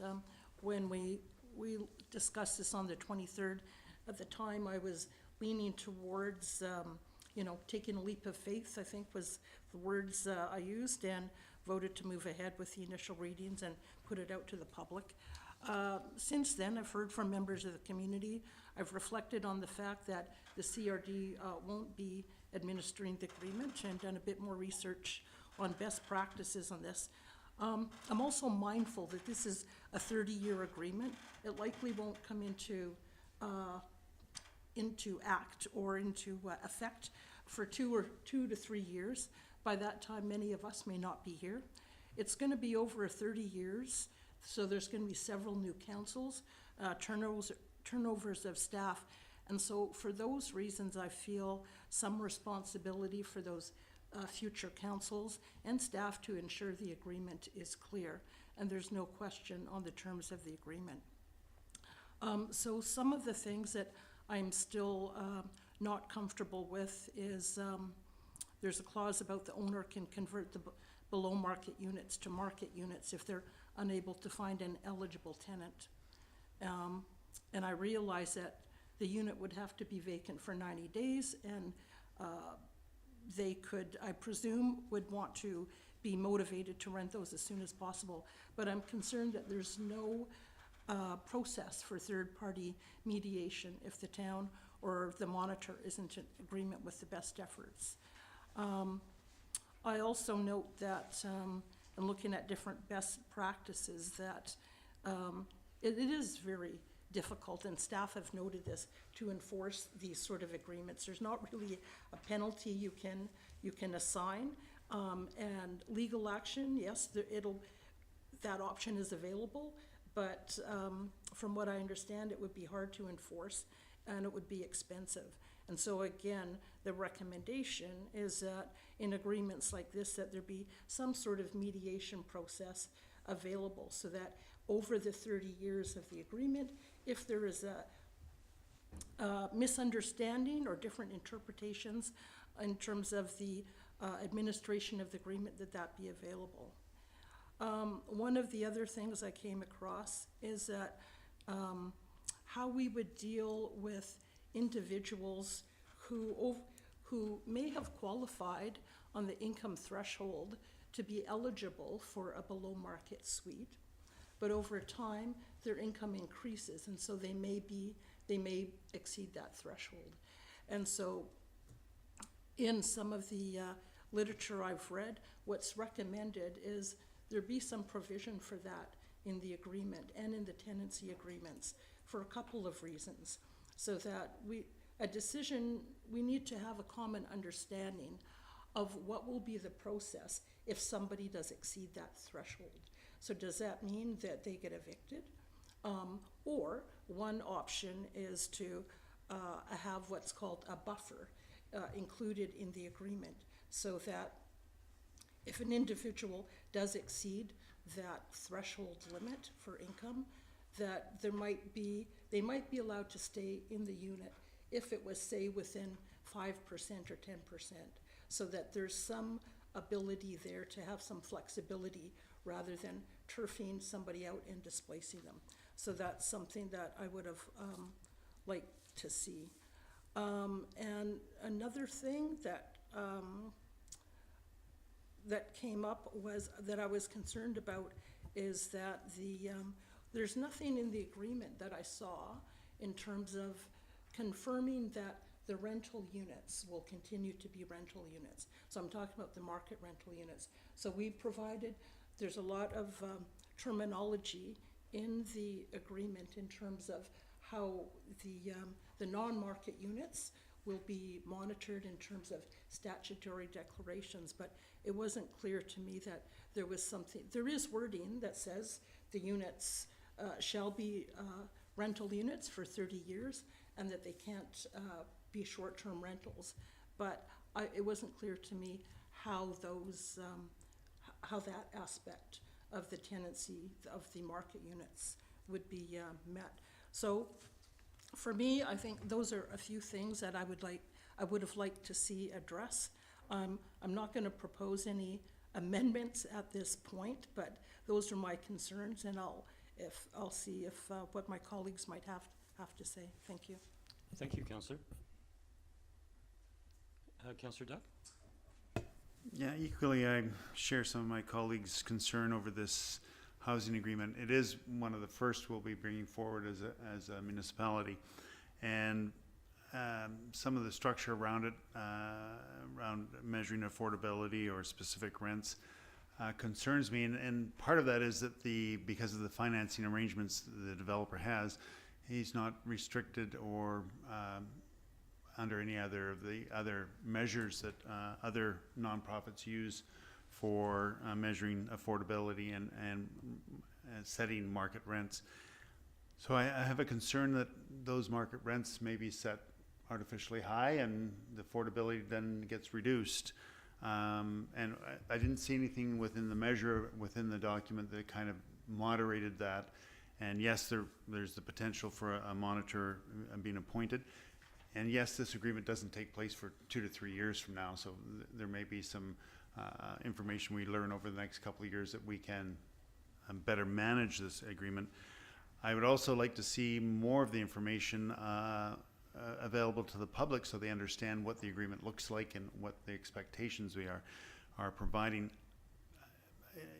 Like my colleagues, the leap of faith is a nice thought, but this is a for-profit operation, and we need to be responsible for looking after the financial interests of both those that are going to be renting and the community relative to that exposure. So right now, I'm still sitting on the fence as to whether I support this agreement going forward, and right now I'm not. Thank you. Thank you, Councillor Duck. I'll turn to Councillor Novick. Thank you, Mr. Mayor. I read the agreement and I support it. I've heard the concerns of my colleagues. There are a couple of provisions that ensure that it will be as fair as can be under the circumstances, remembering that this is not being governed by a housing society. It is still a private enterprise effort. If we wanted something that was going to be locked down, as some have suggested, then we should have chosen an alternate process for this development. But we didn't, and so we've done what we've done, and now we have to live with the consequences. I'm not concerned about the market rent that much and the 20% below. I think it's important to note that the agreement does call for professional appraisers to determine what market rent is, so that is outside the purview of the landlord. Although, having done a fair bit of work in the real estate business, I know that one can find an appraiser who is friendly. But I would suspect that if we discovered that that was the case, we could potentially hold them in default. But that being said, it's also possible that rents go down over a period of time. In fact, I've heard in the community that there are some developments where rents have gone down. And if rents go down, then those tenants should be able to benefit by them. And by the same token, if somebody has entered into a below market unit and their income does rise, I think it's counterproductive to punish them for being productive and improving their personal position, and giving them the opportunity, and staying in a sub-market rental would give them the opportunity to generate a little bit of personal wealth and perhaps get out of the rental market and into the purchase market. So I think the way it's written, these things are always double-edged swords. I don't think they're always in one direction or in favor of one party or the other. So I'm quite happy with it the way it is. And like I said, under the circumstances, we don't have too many other options. So I'm quite happy to support it the way it's been presented. Thank you. Thank you, Councillor Novick. I'll turn to Councillor Duncan, or Councillor Gurnett. Thank you, Mayor. I just a couple of points, and I just want to address the only letter that was attached to the agenda, and just to let the letter writer know that the question about the CRD withdrawing and staff's ability to monitor, I did actually ask that question on the 23rd. I think you might have been away on holiday, just to let you know that was actually asked. And in terms of the market rent report, I think it's also important that a part that's attached to that is acceptable to the town. So the appraiser wouldn't just be who the applicant puts forward. You know, the town would have to have some level of agreement with that. When I was looking at this overall on the weekend, and I spent a fair bit of time on it, as important as the below market component is, and it's hugely important in this, and I think it's important, and the mayor mentioned it last time we had this discussion, that this is a private company. It's very rare to see a private company actually provide affordable of any sense into a building. And there's also the possibility that the proponent could have come up with something else that wasn't even apartments. And as I thought about it, I hearkened back to 2018 when I was first elected, and we had a meeting with the West Side Industrial Group and representatives of it. And even back then, they were telling us that their industries on that side were having trouble expanding, although they could, but because they didn't have employees, they couldn't attract and retain employees because we had no housing. So their push to us even back then was, we need housing. We're now what everybody refers to as a housing crisis today. The start of it seemed to have been back then. And so when I see an opportunity to, and not just them, but the airport as well now, and also medical professionals, you know, because these market rents, people in some of those industries over there can afford the market rents. And some of the medical doctors, nurses, when they're starting out, can afford the market rents. And when I see an opportunity to provide 112 market rental units in our community, which is so badly needed, as we've been told over and over again by so many different members of industry and business, it's pretty hard to walk away from it. The affordability component, we look at 20% below market, and in the October 23rd meeting, they had provided in Schedule A some projected costs for units, 1, 2, and 3 bedroom units. And I looked at the amounts they were saying and showing and what a 20% reduction would be. And we're talking hundreds of dollars. And if you even have, even with roommates, hundreds of dollars. And that's a big deal. It's significant to people. The 28 units, the residents that live in these units, it will make an impactful difference in their lives. I think of even my son who rents with a roommate in Victoria, and having a few $100s less every month to have to pay into rent would be a massive thing for him. So I don't think we can underestimate just even how we can talk about the minutiae, and if we're worried about, and those are valid concerns. But I think it also points to the fact that this company is a well-known company, and there would be reputational harm if they were to do something that went against what this agreement is showing. And they have to do a statutory declaration, and they're going to want to build other things in other communities. And if they look at this and see that other municipalities see if they do something sideways here, they're not going to do business with them. So I think that's important to also recognize. Again, I can't estimate just how much we say a housing crisis, we have to mean it. And this is an opportunity to address it on 2 levels. So I will support the motion. Thank you, Mayor. Thank you, Councillor Garnett. I'm in support of the motion. I won't speak to all the reasons as I gave in previous meeting in support of this, but I do want to touch on, you know, the request that has come back to us and expressed by council that it would be more desirable to have affordability based on income, as the CRD is able to do in their housing buildings that they operate.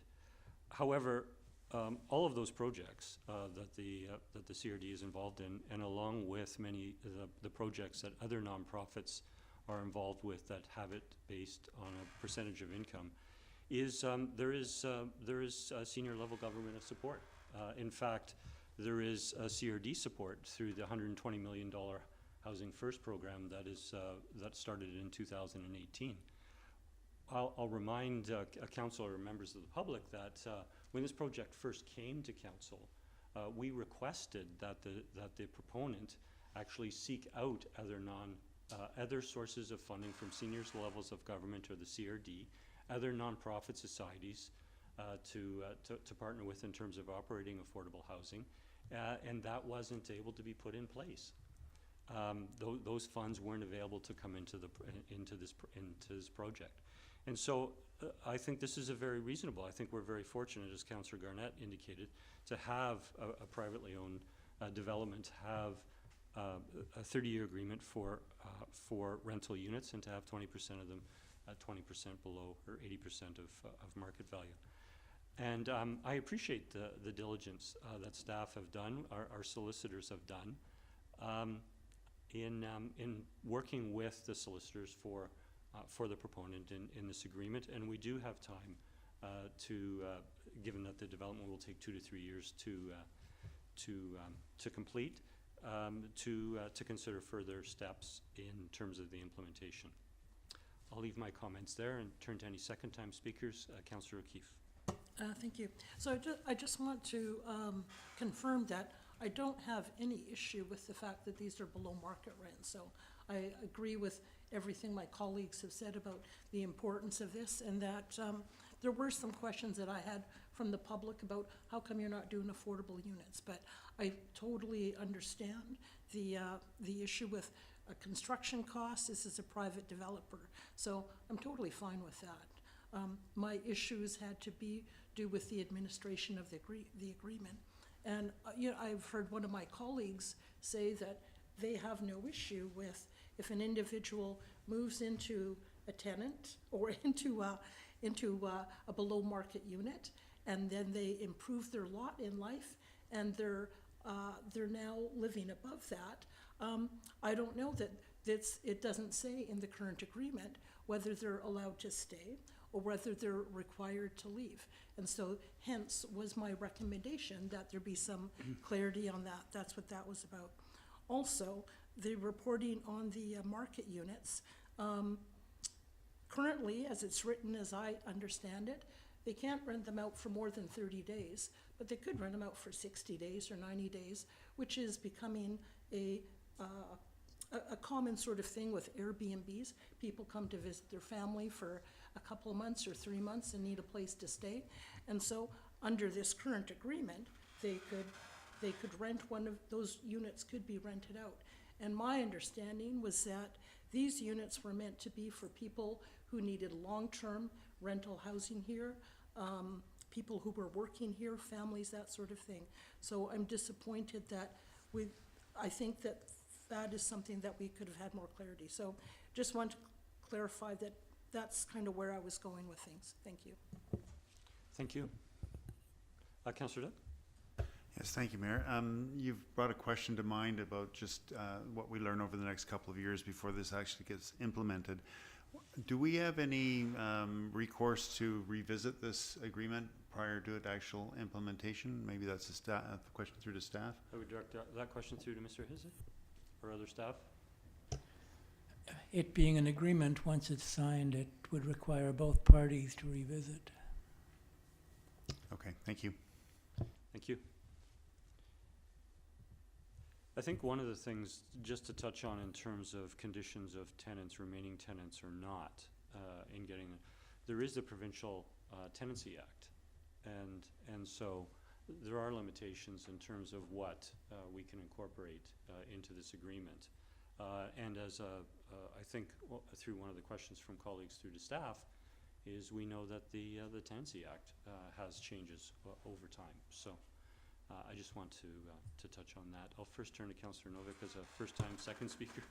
First time, second time. Yeah, thank you, Mr. Mayor.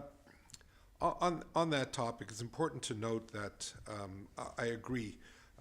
Nobody should be forced from their tenancy because of a fluctuation in their income. Somebody could be a sales person and have a very good year, and their income could rise well above that threshold. But the next year, their income might be well below that threshold, and they need that surplus 1 year to balance off the deficits of the following year.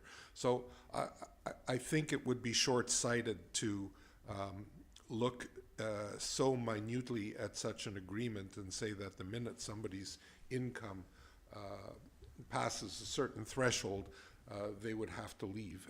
And as our mayor noted, there is a Residential Tenancy Act which limits the ability of somebody to be evicted from their unit as long as they're paying rent and abiding by the terms of their lease. So I'll leave it there, but I don't see any logic in trying to cover every single possible eventuality. It's just not reasonable. Thank you. Council, I'm not trying to limit debate. I will turn to other speakers. A few of us have spoken, all of us have spoken once, a few of us have spoken second time. We're looking to adopt this, and our deliberations should speak to why we're in support or not supportive of the agreement. Acknowledging that we may speak to other points, from our colleagues, we are speaking to whether we're in support or not support of the agreement. I'll look for one more time if there's any additional speakers. Seeing none, I'll call the question. All in favor? Opposed? Councillor Keefe and Councillor Duck are opposed. The motion carries. Thank you. I'm next turning to number 7. I would look for a mover and seconder that the... sorry? Councillor Duncan. I'm actually wondering if I can do a motion arising on this one. Please go ahead. Because we've had continuously a lot of discussion about this housing agreement, and this is going to be one of the new things we're building that actually has below unit rental. We don't have very much of this in our town, and most of it is on properties that already exist, and much of what we do is retroactive, specific to very specific properties, and this makes what we do for rentals and rental protections extremely difficult. However, because we have this coming forward now, sorry, I'm sorry, motivating. Duncan, My motion arising is to forward a tenant assistance policy report to the strategic plan. Second. Sorry, I will accept the mover and the seconder, and I will turn to the mover and seconder to motivate. Yeah, thank you. Sorry, as I'd begun that before, because we have this opportunity now, because this is something we're actually now creating new ones, and has been pointed out to us by a speaker earlier this evening. There are new bylaws that have come into place since we first started discussing this earlier in our last term, when we only had very few properties in Sydney that this would apply to.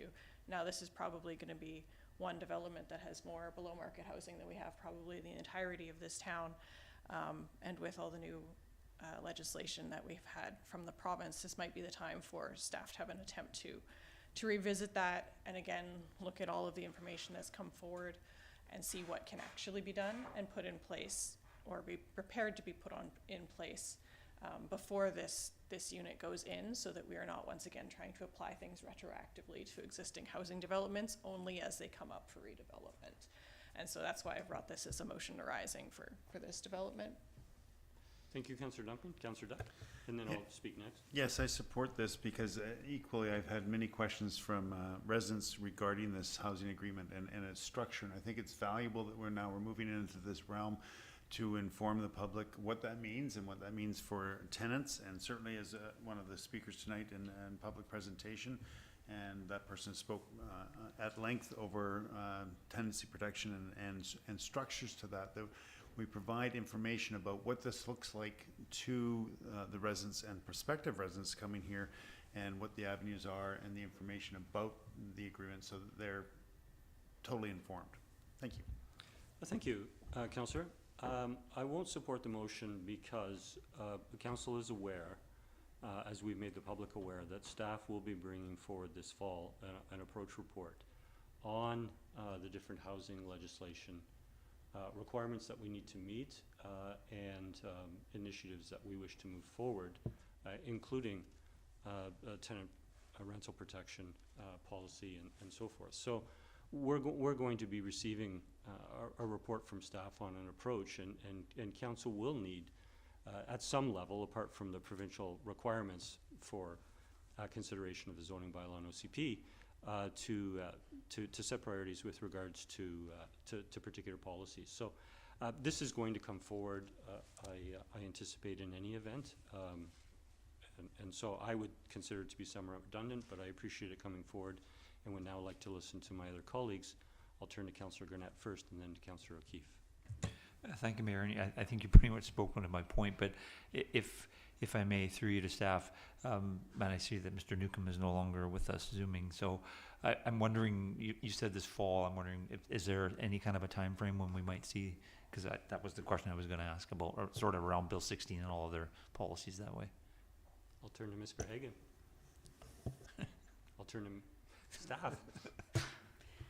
Thank you. Through the mayor, I do understand that Mr. Newcomb is working on that report and does still expect to bring it forward this fall before the end of the year. Okay. Thank you very much. He could provide an update on that in future to council if there is a different update to be provided. Thanks. Thank you, Ms. Verhagen. I'm sorry, I did have next on my speaking list, Councillor O'Keefe. Thank you. I'm supportive of the motion, because although we've talked about it and staff are going to bring an approach report, what I want to see is not an approach, but I want to see an actual policy that we can review. And I don't get the sense that that's what we're going to see. If that's the case, that's fine. But what I want to see is a policy this fall, not a plan on how we're going to prepare a policy. So maybe if staff can provide clarification whether the policy we will actually see at strategic planning or an approach. I'll turn to Ms. I do see both Mr. Hissick and Ms. Verhagen. My understanding is that the approach report will cover all the different elements related to zoning, OCP, tenant protection, the whole gamut, and will explain how they tie together and how they're going to be addressed. A policy is not something that should be considered at strat planning. Thank you. Ms. Verhagen. Thank you. Just to add to what Mr. Hissick indicated, the town already has a tenant assistance policy adopted by council. The provincial legislation changed this year to allow municipalities to adopt tenant assistance bylaws. So my understanding is that the approach report is covering new options available to the town and a potential approach to follow.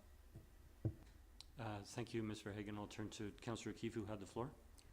No, that's fine for now. I'll concede to Councillor Duncan. Councillor Duncan. No, thank you.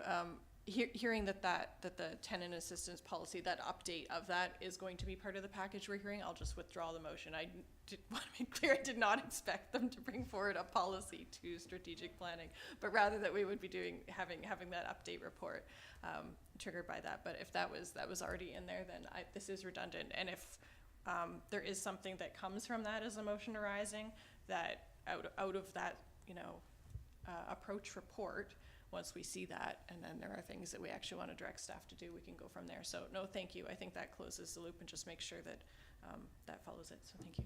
Thank you, Councillor Duncan. I will turn to the seconder. The seconder consents to withdraw, so the motion is withdrawn. Councillor O'Keefe. I have a motion arising on the topic, if I may. Please go ahead. So my motion is that in regard to the housing agreement for 2180 Beacon, that staff appoint a monitor for the agreement prior to occupancy of the building. Before I look for a seconder, I'm going to turn to staff if that is redundant and that staff will be doing that. We do know that we have 2 to 3 years, but I'll turn to Ms. Bragan. Through the mayor, our assumption about 2 to 3 years is just that we have not yet received a building permit application. So we could receive one at any point in time. And then we're guessing as to the timeline of construction of the building. So it could be quicker, it could take longer, we're not sure. As far as appointing a monitor, the agreement does allow the town to do that at any point during the life of the agreement. So, thank you. But, sorry, just to clarify, would it be the intent of the town to have a monitor in place prior to occupancy being issued? Again, through the mayor, that wording is not in the agreement, and this is a different thing for Sydney. We haven't entered into a housing agreement since 2016. That agreement did not have a designated monitor, so at the current moment, it is not, but it could be. If council wanted to give direction to staff at this point, that's up to council. Thank I you. don't know if Mr. Hissick wants to add to that. Thank you. And I have a question. My question is then, does the motion have an implication on the agreement as it's been approved? No wording changes would be needed to the housing agreement because the town has the option to appoint a monitor, as I said, at any point during the life of the agreement. Okay, I'll look for a seconder to the motion, please. That Councillor O'Keefe made. Do we have a seconder to the motion that Councillor O'Keefe made? I'll second for discussion. I'll turn to the mover and seconder. Yeah, so my intent for this is, as staff have said, the agreement says we may appoint a monitor if we wish. So it doesn't say we shall. So all I'm suggesting is, as staff said that we could do, is we could direct staff to, prior to occupancy of the building, whenever that may be after it's built, and they start looking at who's going to occupy this building, that we would appoint a monitor at that point. I think it's a good idea because, as we know, none of us have had experience with these agreements. Staff haven't had experience with these agreements as well. So I think for at least the initial occupation of the building, I think it would be useful to have somebody who is familiar with these sorts of agreements, that they can review what the developer, the owner, who they're proposing to put in there, and give us some guidance and get us on the right foot in terms of that initial occupancy for the building. Thank you, Councillor O'Keefe. I'll turn to Mr. Hissick. And before I go to the seconder, Councillor Duck. Staff believed the intention of the monitor was to review the annual statutory declarations and to ask for information where required, not to look over the shoulder as each unit is being filled. That would be probably more than what was envisioned by both parties. Thank you, Mr. Hissick. You had the floor, Councillor O'Keefe. Again, I guess that's one of the reasons to have role of the monitor, identified and what that would be doing. But I still think it's a good idea that we appoint a monitor prior to occupancy. Thank you. Councillor Duck. Yeah, similarly, I think it's a wise direction to move. I think that given the expertise we have in-house, we have over the next 2 years, this is probably not going to be the only housing agreement we have. I anticipate that we'll have others coming. And I think it would be valuable to identify a monitor, and there are agencies within the town that are doing similar services that would provide those services. And I think it would be valuable to have someone with just an accurate eye on it. Thank you. Thank you, Councillor Duck. I'll turn to Councillor Novick, then Councillor Rintoul. Thank you, Mr. Mayor, and through you to staff, question. The housing agreement does talk about a monitor, but is there any requirement that that monitor be a separate hired individual for that purpose, or could that duty fall to an existing member of staff? Ms. Ferry? Through the mayor, again, that does not mean that it has to be a separate staff position at the town as just being the monitor. It could be any person at the town. Currently, it could be, it just says the town, monitor, the definition in the agreement, doesn't say that it's a specific individual. It doesn't appoint a role or a staff position at the town. It says the town, designated by the town, and that could be a town employee, or the monitor could be designated to an external person or role. Okay, thank you. Do we have anybody on staff with and no disrespect intended, but just to get the question out there, do we have anybody on staff who has the expertise necessary to fulfill that role should the town not decide to hire an outside person? Mr. Hagan. Again, through the mayor, given the time that we have and the resources available to the town, yes, I think we have adequate expertise on staff to be able to review this agreement when it comes to that time in the process, given the resources that are available. Thank you. So just a corollary to that response, and I thank you for that. Do you feel it would take an inordinate amount of time to fulfill this role? Again, given the wording in the agreement and the roles that the monitor takes, it's difficult to say how much time it would take in terms of hours or staff hours per week or per year, because this is not something the town has done before. Speaking with colleagues in similar roles at the CRD and speaking with others, I do not think it would be an inordinate amount of time with one agreement for one development and the requirement for annual monitoring through a statutory declaration. Schedule A of the agreement gives the format for the reporting. There are a couple other times they would have to report, again with that market analysis that has to be provided. But yeah, that's my opinion. Thank you. Thank you. And we are, Councillor Novak? we're still motivating on this, correct? Yes, we are. Okay, thank you. I don't support this motion. I think it's unnecessary. I think the housing agreement has enough in the way of teeth in it to ensure that it is that the actions of the landlord are monitored in a way that ensures compliance. I have no desire to see the town incur additional expenses by hiring an additional person for this, and I think that with the reporting requirements already in effect and the staff having the ability to review these reports and ensure that the housing agreement is in force, I think that the motion is superfluous. I don't think it adds anything. I think if, as Ms. Verhagen said, the agreement says that we can appoint a monitor at any time in the future, and I think that if we discover during the process that we're unable to manage the housing agreement, I think at that point we could look at hiring a monitor. But I don't see it all, and given, and those questions that I asked of Ms. Verhagen were very specific to our ability to manage this housing agreement. And with the answers that I received, I'm quite satisfied that designating a monitor at this point in time, and I'll note as well that the motion did not specify whether that be an external person or an internal person. And so I don't think it's necessary, and I won't support it at this time. Thank you. Sorry. Point of order. Point of order, go ahead.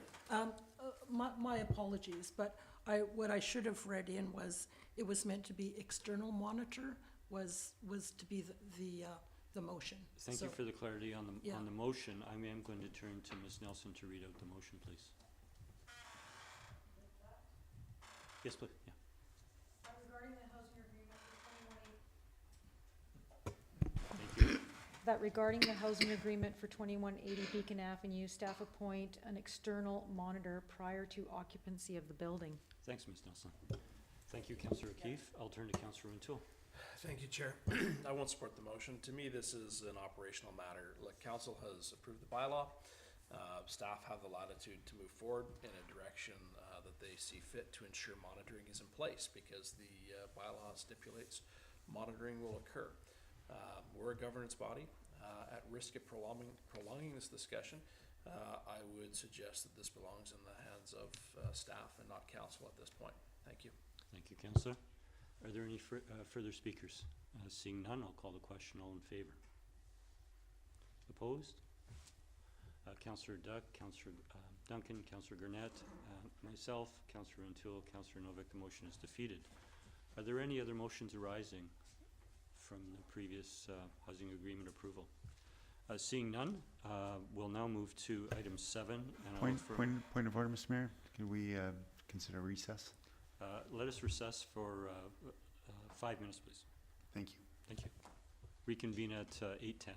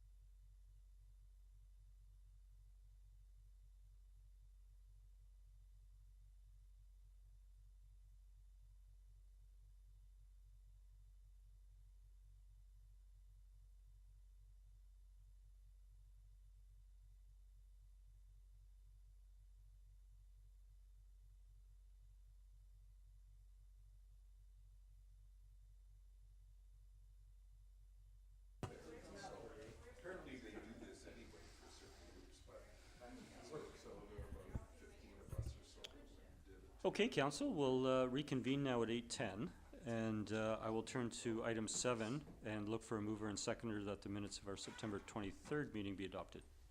Moved by Councillor Duck, Second. seconded by Councillor Gurnett.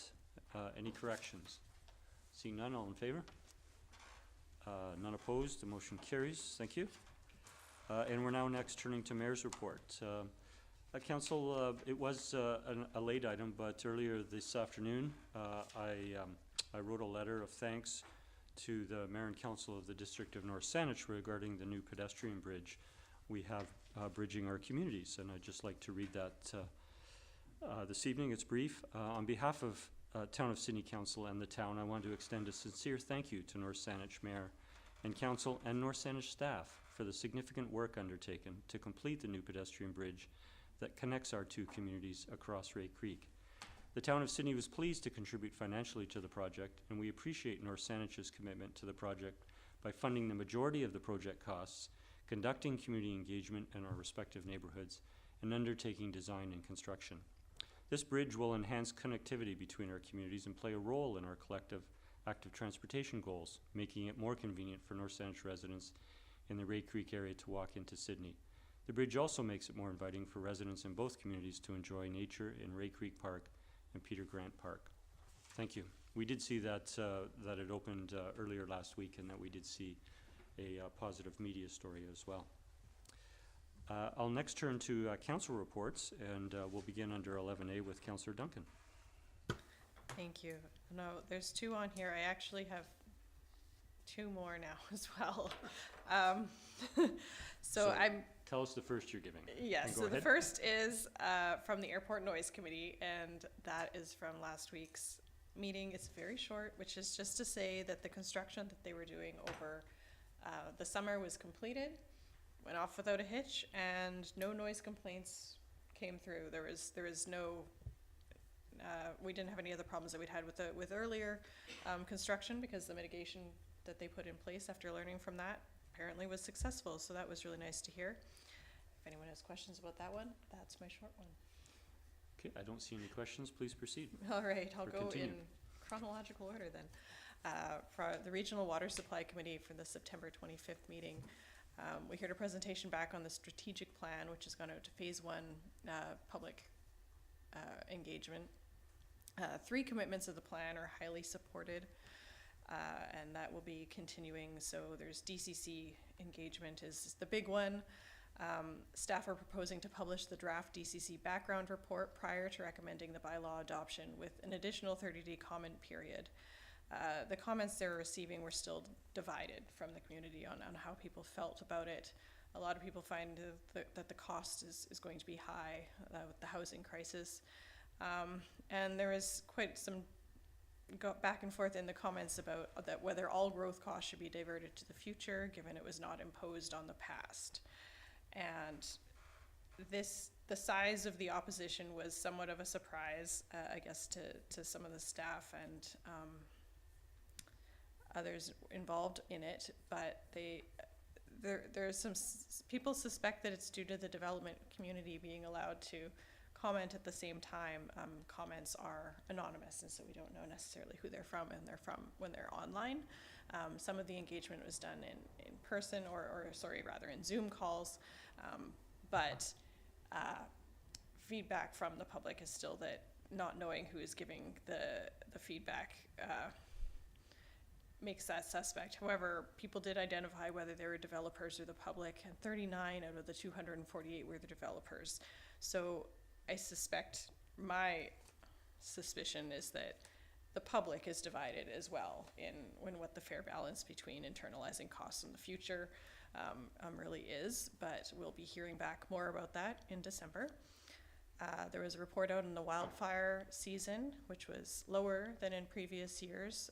The Old Man Lake Fire and the Souk Potholes Park did get a lot of attention, and there's still a lot of areas that are under potential landslide watches and closed trails. But it remained on the other side of the divide from the water supply. It was likely human caused, and it was in really rough terrain, and so there was a point when it had to get bigger in order for firefighters to even get out to it, which caused a lot of distress in the local community as they watched people allowing it to happen, but there was a reason to it, and in the end it was put out. It was identified immediately and watched the whole time. So, Thank you for that report. Are there any questions from colleagues? Seeing none, please continue. all right. So let's see. September. This is the Victoria Youth Justice Committee, which is always, it's never a good news report. The report from the coroner was that in BC, Greater Victoria has the second highest drug deaths in youth. The only people who exceed us is Fraser Health Region. And we have been advocating for MIST, which is the team of a police officer and a counselor who intervene with high-risk youth for drugs, gangs, exploitation, online sexual exploitation, which increases constantly. They have a caseload of about 250 youth, and so we've been advocating for expansion of that program to have 2 more teams. What the province has done instead is say that their program was only under grant funding in the first place and that they needed to find alternate funding, and so they've cut MIST team. Instead of tripling it, they've actually cut the funding to 2 days a week for the remainder of the year. And as of January, our police officer, who has been on that file and has gained the trust of the youth, which is very important, is going to be reassigned.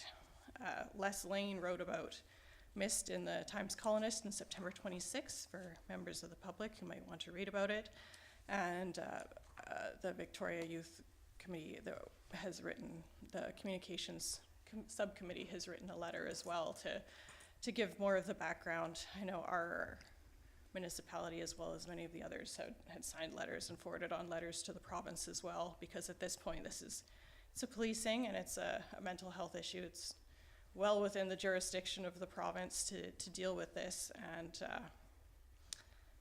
so I guess in an election year this is a funding issue for the province to be approached with. We do have some granting ability, and so we grant to nonprofits. We approve some funding for human nature counseling, which looks at kind of the very far upstream high-risk youth and others, giving them opportunities to receive counseling in a natural setting. And for the Umbrella Society has a 101 on substance abuse that they give to the schools. So part of the provincial mandates has been to have naloxone kits and naloxone training in high schools going forward, and so they will be administering that training and kits. And so we've partially funded some of the training they're doing, which is partially stepping in for what police liaison officers in schools used to do. So there are now police liaison gaps. Not in our school district, it's not something we can control, but in the Salish school district, there's police liaison gaps, and that's being filled now by our nonprofits. So this is another larger discussion in our region. If anyone has questions on that one. Thank you for the update. Councillor O'Keefe? Yeah. Thank you. Do they provide any information, like geographically, like where, are there certain areas that are better or worse in terms of, those at-risk youth that the MIST are dealing with? And is it less on the peninsula because of the, that we do have youth liaison officers? No. I'm not sure that we even have liaison officers in our school. It's not that we haven't discontinued them so much as that our community, we keep having somebody actually even in that position. And it seems less pressing here. However, MIST can say that they do have clients in every municipality and in every middle school and higher. We have gang activity and recruitment. One of the things Mia Golden was saying that they traveled to Chicago and were kind of lauded for their extremely professional and groundbreaking work that they've been doing on gang recruitment, because our area is hit particularly hard, partly because it's urban, and partly because we're behind Vancouver and other larger municipalities that have been larger longer and so have had things in place. But they do tremendous work for what we have. Child pornography and child recruitment for online prostitution and then sextortion is huge, huge, huge. That's their big growing one, I think, because people just aren't used to it, particularly for boys. They don't think they're going to be targets. And so when they put a map on the wall where they can check through their police things, where at 2 p.m. on a Thursday when they had their conference, there were people in municipalities accessing child pornography on their computers. They found every municipality lit up. When they said, can we tell how many computers are there? Not necessarily specific locations, but how many? The whole map just turns white. And so a digital crime problem is very hard to get at. It used to be out on the streets and they know which street to go to in downtown Victoria, but now since it's from the privacy of people's homes and whatever they can download on their terabyte drive, it's everywhere, and it's definitely in every municipality, and it's onto every middle schooler's phone. If they have one, somebody can get to them if they have an app, so it's a bigger problem. Thank you. Any further questions? Seeing none, please. This one's a little better. This the Sydney Business Improvement Association had their monthly meeting, and for the first time we had been in Adam Olson's office, but this time we were in a collective, which is now open, and it was really nice. It was a really nice boardroom. It was great to have them in there, and there were definitely people already using the place, so that was good to see. Hiring conditions seem to have somewhat improved, so that's good to hear as well. There'll be an employment expo with Beacon Community Services that they're planning for March, and a social media workshop for small businesses on November 5th at Star Cinema, and that'll be all online. We kind of had a rundown of new businesses opening, First Nations Health Authority, of course the new vets, and Acrewood Daycare, which has always been a big thing, is getting more childcare. They have now a third location in the Garden Court, so Sydney has their 3 locations for infant, toddler, and older kids, and that was really good to hear. Lots of businesses are just shuffling around for different spaces, so they had good feedback about the street market, which they found well executed and responsive, and I'm sure they'll have individual feedback probably for staff to come forward for us, or additional years going forward for that, so much better. Thank you for the updates, Councillor Duncan. I'll next turn to Councillor Duck for his 2 reports. Thank you, Mayor. I'm reporting on 2 external committees I'm the liaison for. The first is the CRD Climate Action Task Force, which meets quarterly, and I'm not going to go into the minutes and the updates they provided, but they did have an interesting challenge brought forward by Rush. And if you're familiar with Rush is the Resilient Urban Systems and Habitat initiative, and it's based at the University of Victoria. And you may know of them because they've created a GIS map for tree coverage, urban tree coverage, heat sources in the CRD.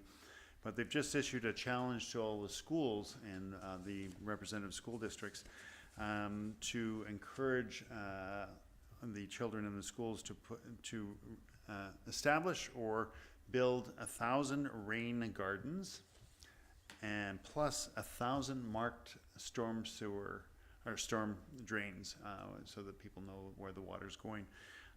This is quite a challenge they put forward, but they would like to see it accomplished in the region by 12/21, December 21st, and they're promising a pizza party at the end of that. So I know we don't have much influence over what the school district directs, but it'd be nice to just show our support for these rain gardens and storm drain markings. And that's all I have from the CRD Climate Action Task Force. Thank you, Councillor. I don't see any questions. Please continue. Okay. Moves to my next, which is South Island Prosperity Partnership. Many of you may know that they have just now selected and hired a CEO, the former mayor of Ladysmith, Aaron Stone. He started last Monday, and will bring certainly a wealth of knowledge both on economic development and as well as First Nations. So I'm looking forward to seeing what he can do, and we will probably hear from him in the near future as he works his way around the different municipalities, presenting on and seeking input on the new strategic plan. You may not know, but the SIP has been operating under just an operational plan for the last year and are in the process of establishing the next 5-year strategic plan. And this will be based on input from the municipal partners especially, as well as other business and First Nations input. On note of that is that a week tonight, you can attend the Coast, which is one of the established organizations that SIP has brought together. They have their first open house next Tuesday night, or Tuesday afternoon. And it is at their new facilities on Harold Street, which if you haven't had a chance to go down to, it will be a great, it's their Ocean Innovation Hub, they're calling it. It was a facility they took over that seems ideally suited to what they want to do. They have hot desks in there as well as offices for marine or ocean-oriented businesses. And I think will be a great sort of, as I said, an innovative hub to sort of generate the blue economy and push that forward. So if you're interested, either check in with them directly or I can send you the link for attending next Tuesday. And lastly, the Local Leadership Day, which has happened. This will be the second. It was initially incorporated into the Rising Economy Conference, and now is a freestanding meeting of the local leadership, which is a combination of municipal leaders and business leaders in November. That will be on November 22nd. It's a day-long event featuring some presentations and development of economic processes in the community and the CRD. That's all I have for the SIP report. Thank you, Councillor Duck, and I was pleased to that you had helped arrange a meeting with yourself and myself with the new CEO, Aaron Stone, and it was great to talk about Sydney, our incredibly diverse and vibrant business community with 900 business licenses, and look forward to hearing back from SIP as they work through their strategic plan. I'll next turn to Councillor Gannett for the verbal report from the City Museum. Thank you, Mayor. I attended the latest board meeting on September 21st. Financially, consistently still in good shape. Visitor donations as of August 31st at just under $63,500 and a net income of just under $25,000. And I just want to highlight within that net income, just under $3,000 has come from the gift shop. And this is different in that they've always had a gift shop, but they've changed it. And this was an impetus or a push from a student and later on an intern, Orion Denroche. I just want to acknowledge him for bringing this forward because it's been very successful and it's helped them with their bottom line. And they're actually working with local First Nations, selling some of their things there, and all money earned from that goes back into their communities, doesn't come to the museum. So it's been a great partnership and it's doing really well. They were successful in receiving a BC Gaming grant for $21,100. So that's an important step forward in what they have to do there. Visitorship for the year is at 17,803 as of August 31st, and so they're still carrying on that good total from the start of the year when LEGO was so incredibly successful. They set up a booth at 13 of the street markets, and they had around 2,700 visitors. So that's a great outreach in the community and letting people know what's going on in the museum and probably getting more people in the door. Another great initiative from Charlotte Clark, their outreach coordinator. I'd also like to pass along my appreciation to the museum's 2 summer students, Kyra and Trinity, for their excellent work. When we had our last meeting, they did a roundup, and the staff were very complimentary of their efforts and what they brought to the museum during their time there. Just a reminder that Lost Liberties, the War Museum Act, is continuing the Peter Garnham Gallery until November 29th. And if you haven't checked it out, it's well worth it. I would recommend, if you have the time, to go in there. Staff are planning for a traveling exhibit from the Royal BC Museum entitled Canada Here We Are. This is expected to run from April to July of 2025. The exhibit charts and celebrates the history and culture of nearly 1.2 million Canadians of Ukrainian origin, and I will certainly be attending that as I fall in that category. And finally, the Lego exhibit will begin a little earlier this year on December 20th. They've done this to coincide with the school winter holidays. And that's all from my report, Mayor. Thank you, Councillor Garnett. We're next turning to committee reports, and under 12A, we have the Committee of the Whole meeting of October 7th. We're receiving those minutes on our agenda this evening, and I will now turn to Councillor Duck, who chaired that meeting, to walk us through the 3 recommendations, please. I think it was me. Councillor Novick, I stand corrected, and I apologize. No worries. Thank you, Mr. Mayor. I'll just read in the recommendations from that meeting, and the first recommendation, I will note before I read it in that there have been some letters suggesting that Sorry, Councillor, if you could read the recommendation, and once we have the recommendation on the floor, we can speak to it. Fair enough. And the recommendation is that, and I so move that the Roberts Bay environmentally sensitive area be brought forward to next council strategic planning session. Second. We have it moved in second. Councillor Novick. Thank you. Yes, this motion has received some input from the community that perhaps we should be a little bit more inclusive in the recommendation, in that the strategic planning take a look at all environmentally sensitive areas. I'll leave it to my colleagues to either make an amendment to the motion or a motion arising. Thank you, Councillor Novick. I'll turn to the seconder.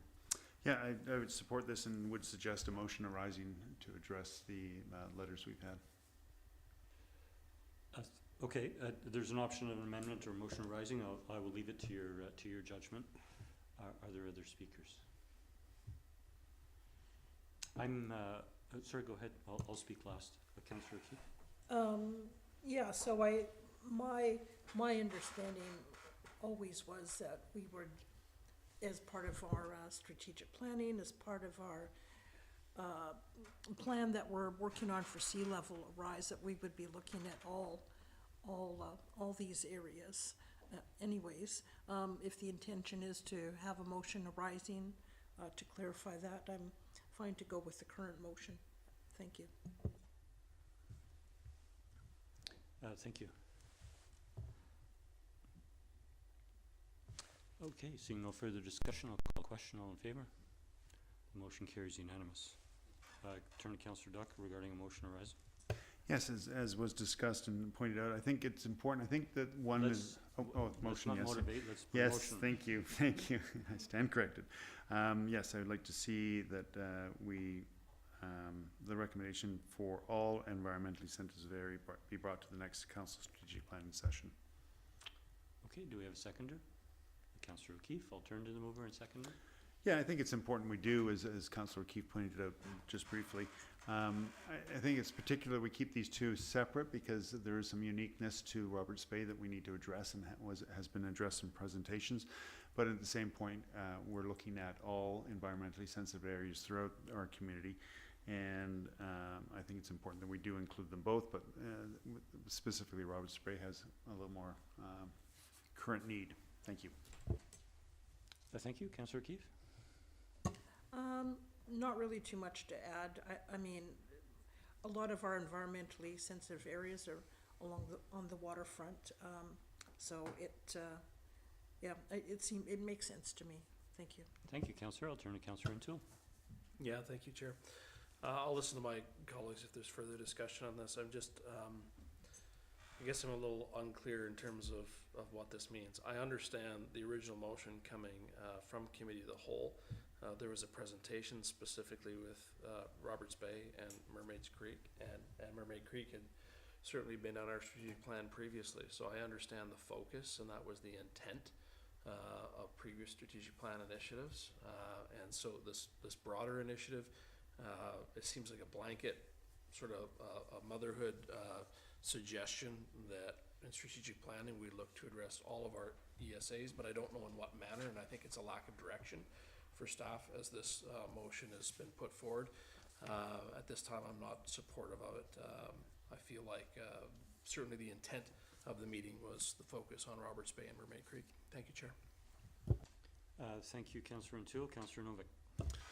Thank you, Mr. Mayor.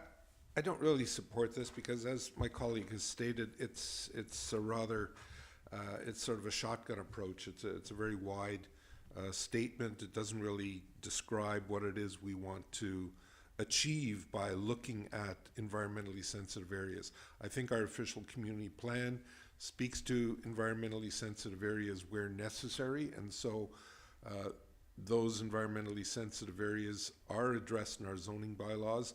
I'm not sure what more there is to bring to the table in this. I understand that the Roberts Bay area, however, is a little bit more specific, and as colleague stated, we had a presentation to describe it, but this motion arising is, you know, it's like, it doesn't really state what the purpose of the motion is. Thank you. Thank you, Councillor Novak. I'll turn to Councillor Duncan. Yeah, thank you. I think if this motion is to go forward, it would have to be, I think, scaled down. We know that this motion for Roberts Bay was brought forward specifically because of the erosional issues and how that was having an issue with our OCP and property rights, and how that was constraining what we could actually do about erosion issues and protection of property in that area, namely soft versus hard barriers and the effects that they've had cumulatively on that site until now, and what we would be capable of doing going forward, and what private landowners would be capable of preventing us from doing going forward to prevent both public assets and private property. We don't have that issue in other ESAs. Most of our other ESAs where we have that erosion issue are already hard-walled. However, we do have the issue of the sea level rise and of, along Lochside Trail and wave energy there, that pathway and that wall we already know has issues. We've also had discussions about the Beacon Wharf and how that would have to be built due to sea level rise, and of course all of the hardened landscaping there, and we start running into costs and benefits and things there. So this would become extremely large. So what I think we could maybe do is that have staff have an eye towards whatever would come out of the Roberts Bay ESA and how we were looking at that with hard versus soft, and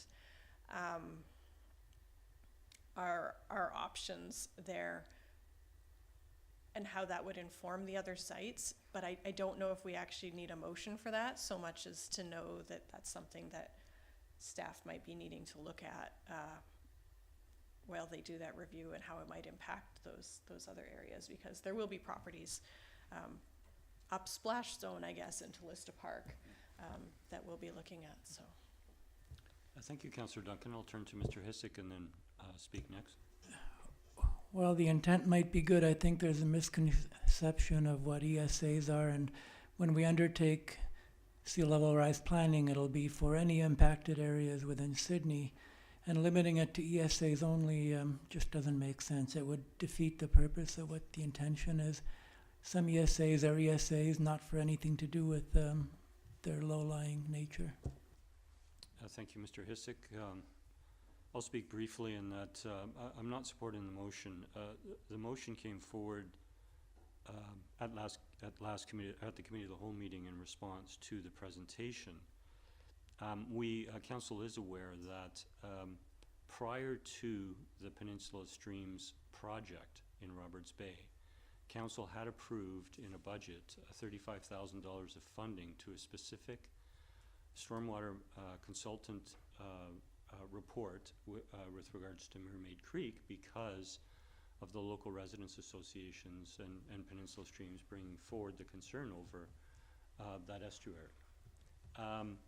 And so we reallocated that $35,000 of funding to the Peninsula Streams project, subject to its approval.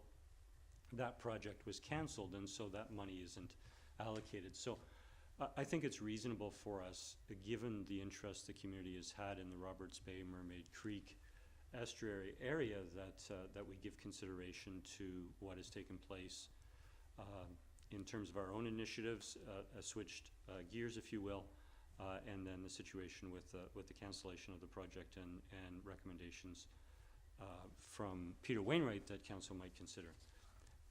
On the other hand, in terms of the correspondence we've received that has helped inform this motion arising on our agenda, the writer is making reference to sea level rise, increasing severity of extreme rainfall events, and the town's flood construction level. Well, as Mr. Hissick alluded to, staff currently have a project underway whereby we're acquiring additional data to the CRD data with regards to sea level rise, and we will be moving forward in terms of addressing sea level rise for our entire shoreline or the impacted areas, ESA and otherwise. So while I appreciate that the correspondence that we've received, I think we do have reason to consider the Roberts Bay ESA area, and when staff bring forward at the appropriate time further action with regards to sea level rise and flood control level, we can address it at that time in whatever area is appropriate in our community. Councillor Keefe. Yeah, thank you to you and staff for the reminder on that. When I was thinking of this was in the context of sea level rise, but I get the point that we're gathering data on that. We're going to be considering all of our areas along the shore, so perhaps this isn't relevant at this time. Councillor Duck. I'd like to withdraw the motion. Okay, consent of the seconder, the motion is withdrawn. Thank you. And we have voted on the recommendation, so we'll now turn to Councillor Novick to take us through the second recommendation. Thank you, Mr. Mayor. The second recommendation from the Committee of the Whole meeting is, and I so move, that owners and tenants in occupation of property within 75 meters, 246 feet of 2306 Beacon Avenue be notified regarding development variance permit application number DV100362 to relax sign bylaw requirements to permit the installation of 2 roof signs, and that any written correspondence received be forwarded to council at the time of consideration of approval of the variance. Second. We have it moved and seconded. Any discussion? None. I think we covered it all at the committee meeting. The seconder, seeing no further discussion, I'll call the question. All in favor? The motion carries unanimous. Thank you. And recommendation 3, please, Councillor Novick.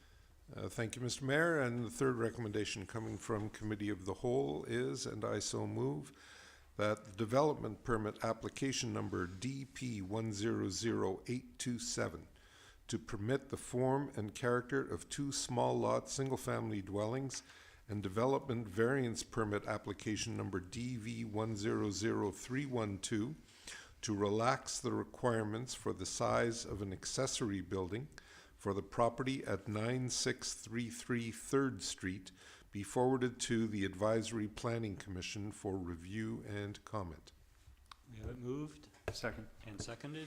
Any discussion? None, Your Honor. It's just as discussed in committee meeting, Mr. Mayor. Sorry, Your Honor. Thank you. I'm not going to wear a wig next time. Councillor Duck. The white It's curls. getting late. Seeing no further discussion, I'll call the question. All in favor? That motion carries unanimous. Thank you. Thank you, Councillor Novick, for taking us through those recommendations. We have no staff reports or correspondence. We are receiving 2 items of correspondence under correspondence for information. By virtue of being on our agenda, I will turn to Councillor Garnett to take us through the motion to go in camera, please. Thank you, Mayor.